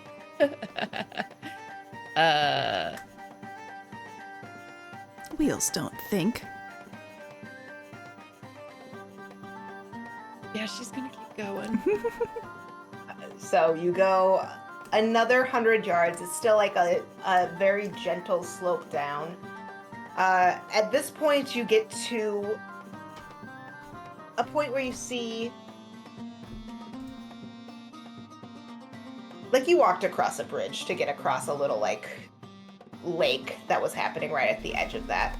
But now you see that there is a bridge that is across a deep cavern, and sort of the little trickle of water that had been going next to the bridge falls off and is becoming a waterfall and is definitely hitting something below it that also sounds like water. So as you are hitting this 100 yards, you're just kind of getting to the edge of this precipice that there is obviously a route across. You can keep going, and this trail into what you would know as the Underdark does continue. Okay. She will turn around and head back to the other group, or to the group, and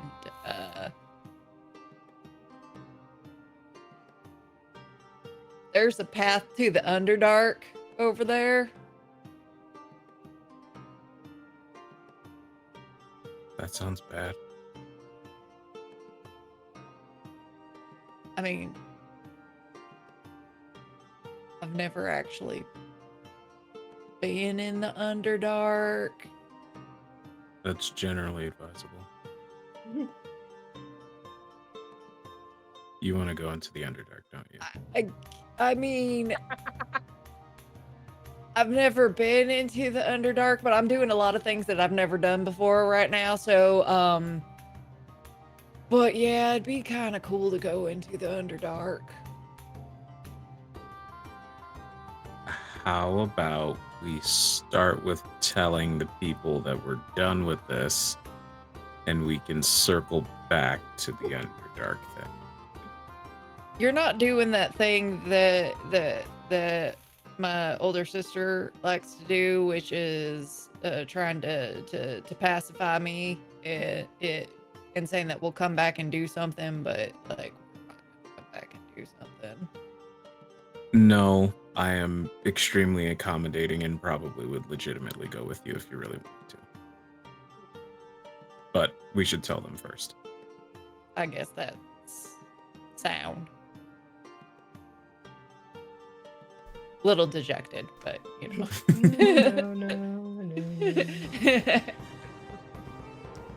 Am I done with detect magic? Yeah, Liz took a wanders. I mean, Yes, Liz took a wander, so you've been sitting here. The minute it goes off, she's gonna go in search of magic. In the 10 minutes that it took Triss to cast that, is anyone else doing anything? Short rest. Yeah, I think anytime Mori or Rain try to stand up like Triss, like while still riding, will yank them back down. I'm like, no. All right. Anything from you, Gloves? Not really. All right. Yeah. So, sorry. All right. So you're all just kind of like sitting, taking a breather, and we have Triss carving into a little spot on the ground these like intricate patterns of runes and just kind of muttering under her breath. And as detect magic sort of flares up, Just little golden petals circle around her. there is not anything magical you're seeing down here. Goes in search of it. just like gets up and starts wandering around until she hears Gloves and Liz start to come back. Oh, actually, you know what Gloves would have done? Yes. I would have shown Triss the shrine in case she wanted to leave a tribute to Tamora. Yeah, definitely would have. In the Since search it's for just magic, gone over to. It's like, Yeah. Thank you, Gloves. Yes. In the time that you are down here, you definitely have time to see the shrine, to come back, to start casting. But like there is nothing magical that you are seeing. There are still like sort of discarded piles of barrels and stuff that you haven't like really looked through, but the ping of magic is not happening. Kind of just opens up a barrel and glances in. Is anyone else opening up things and glancing in? I would start, yeah. Sit Alright, down, Mori, you're resting. So people poking through Alex- stuff, go ahead and roll me an investigation check. Mori is like scooting on, like kind of just like from where he's sitting, just kind of like scooting closer to like a crate, staying sitting technically, but Yeah. investigation. You said. Yes, please. Liz and Rain, the emboldening bond would have dropped. All right, Maury. So you're I got an 18. So you're scooting on your butt, just like a kid going downstairs from box to box. And there's one point where there's like an especially like crushed section of boxes where it's like there are two that are kind of complete, but there's a whole bunch of stuff underneath them, and you're just kind of like from where you're sitting on your bottom, like kicking it aside with your feet, and your heel sort of goes out to kick aside some wood, and it just impacts with a chunk of something that rings in a way that's different than the rock you have otherwise been kicking. And as you sort of reach in and run your hands through and find out what it is, you are holding a piece of this like flecked ore that is like shining brightly in even this very dim light that you have, and has almost like a liquid metal look to it, and is as light as anything you've ever held. I'm gonna stick that in my bag. All right. So you have a piece of mystery ore. Mystery metal. Cool. Cool. No, I'm just gonna stick it in my bag. All right. So as you have stuck this piece of ore in your bag, you do find another couple pieces of like slag that have like the very shiny bits in it, but it's clearly like garbage in terms of like usability. You also, as you're kicking through things, find a few bits of like torn up notes. Like there was maybe at one time like actual like ledgers down here, but just based on what has happened, like they're not very complete anymore. And it seems like they're talking about like trade a little bit. So there's figures, and there's something that is speaking of going to... Do you speak Dwarven? I do not. It's Oh. like reading something in Spanglish a little bit, where you're like, that's a word that... Mhm. Yeah, it's... So it's kind of going between, Okay. like, this is the distance and this is the price for a word you don't understand, or this is where we're going and you don't quite understand, like, the name of the place that they're going. So you can't Okay. tell if it's, like, it's a city, it's a set of directions, if it's an entire, like, ledger. There's just enough missing information without the, like, language component that you're like, I know this is something, but I'm not sure what. Gotcha. Cool. Then once everybody is gathered back around, and we're all together, I'll offer those to everyone. Can any of you read this? There's like some bits and pieces of another language in here. I think it's Dwarvish. Anyone? Nope. No. All right. Got nothing on Dwarven. Do we Yeah, wanna hold on to it? Is it worth holding on to try to figure out?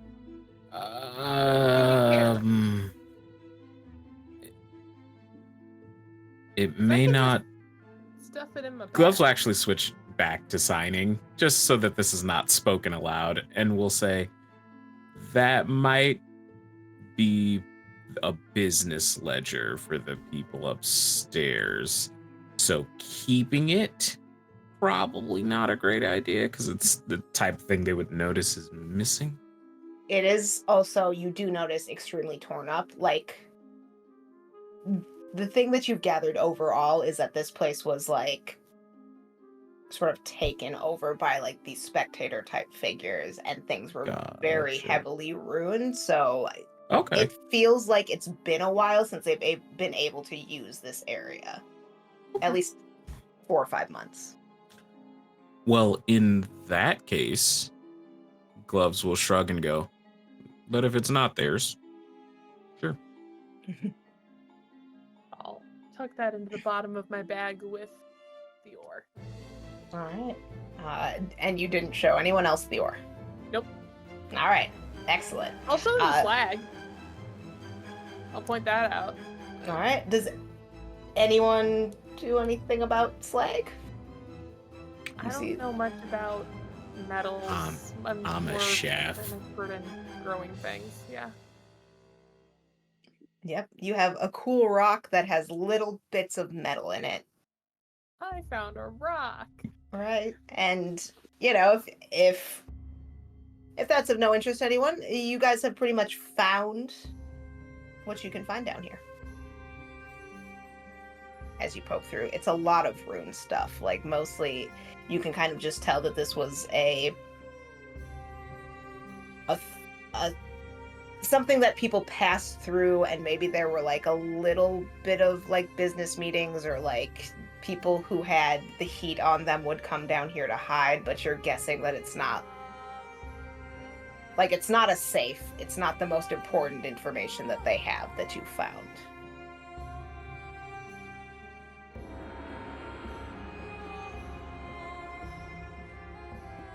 Well, back upstairs.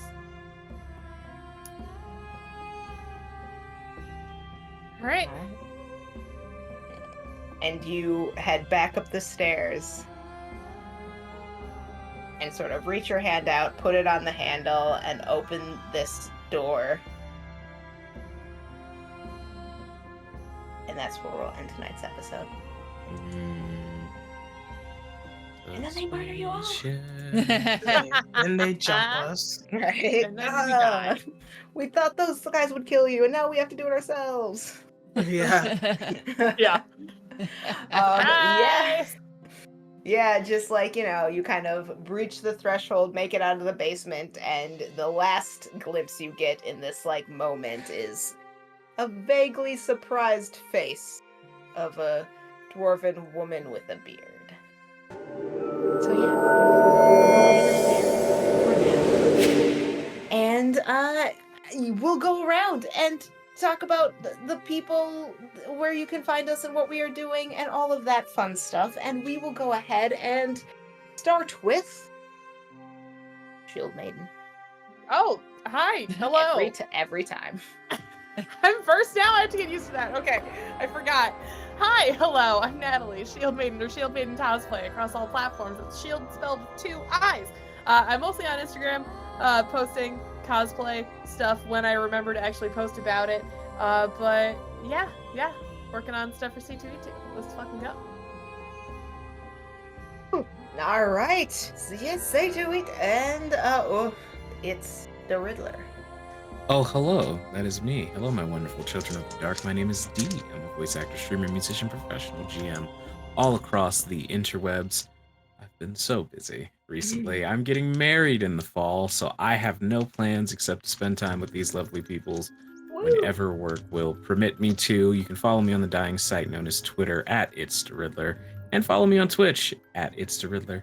Same handle. Thank you so much for joining us.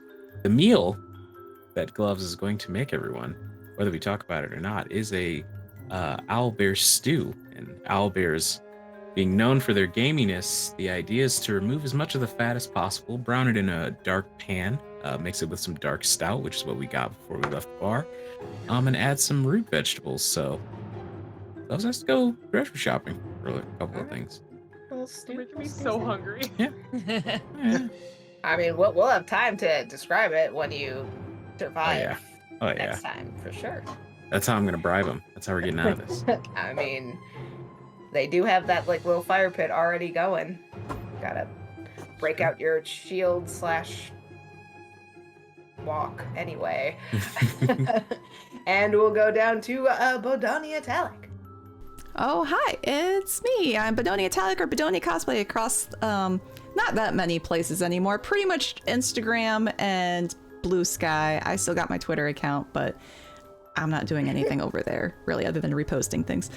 Hopefully posting some progress soon, because I am working. I'm doing a lot of things. I just don't post until I'm certain things aren't caught on fire. But I will be at C2E2 in a few weeks, so yay, that's it. That's all I got. Oh, yeah, it's me who has to say things. All right, and we're on to Rec. Oh, hi, yes, hello. It's me, Rec1568, on the many things and places. I am doing nothing. Hopefully being able to sleep. That's all I need. Sorry. But yeah, just out here doing D&D things with these crazy peoples. And that's it. Excellent. And then, what do we have? A Dr. Psycho? Yeah, that's me. Hi, I'm Jess or Jessica. You can find me on the things and the stuff as Dr. Psychowl, except for on Twitter, where I'm Dr. Psychowl TV. I too will be going to C2E2 soon, so there'll be like pics and stuff from that, I guess. I don't know what I'm doing with my hands or anything. Yeah, that's me. Hi. All right. Hello. Yes, I am, Kyola Creative on the things and the stuff. I also, surprisingly, am going to C2E2. Yeah, between then and now, I might share more Will pics. Otherwise, just catch me there looking confused about everything. Yeah, so that's the show for tonight. Who are we rating? We are rating Mad Bird Streams. They have a high fantasy and high drama D&D 5e homebrew going on. Oh, hi, you say. Oh, hi. Don't be inappropriate. Too late. Oh, golly. So it's starting that. Oh, wait, no, did it All recognize right. my command? Hold on. Oh, no. Oh no! I don't know how to raid things. Ah, okay. There we go. There it goes. Raiding. Rating.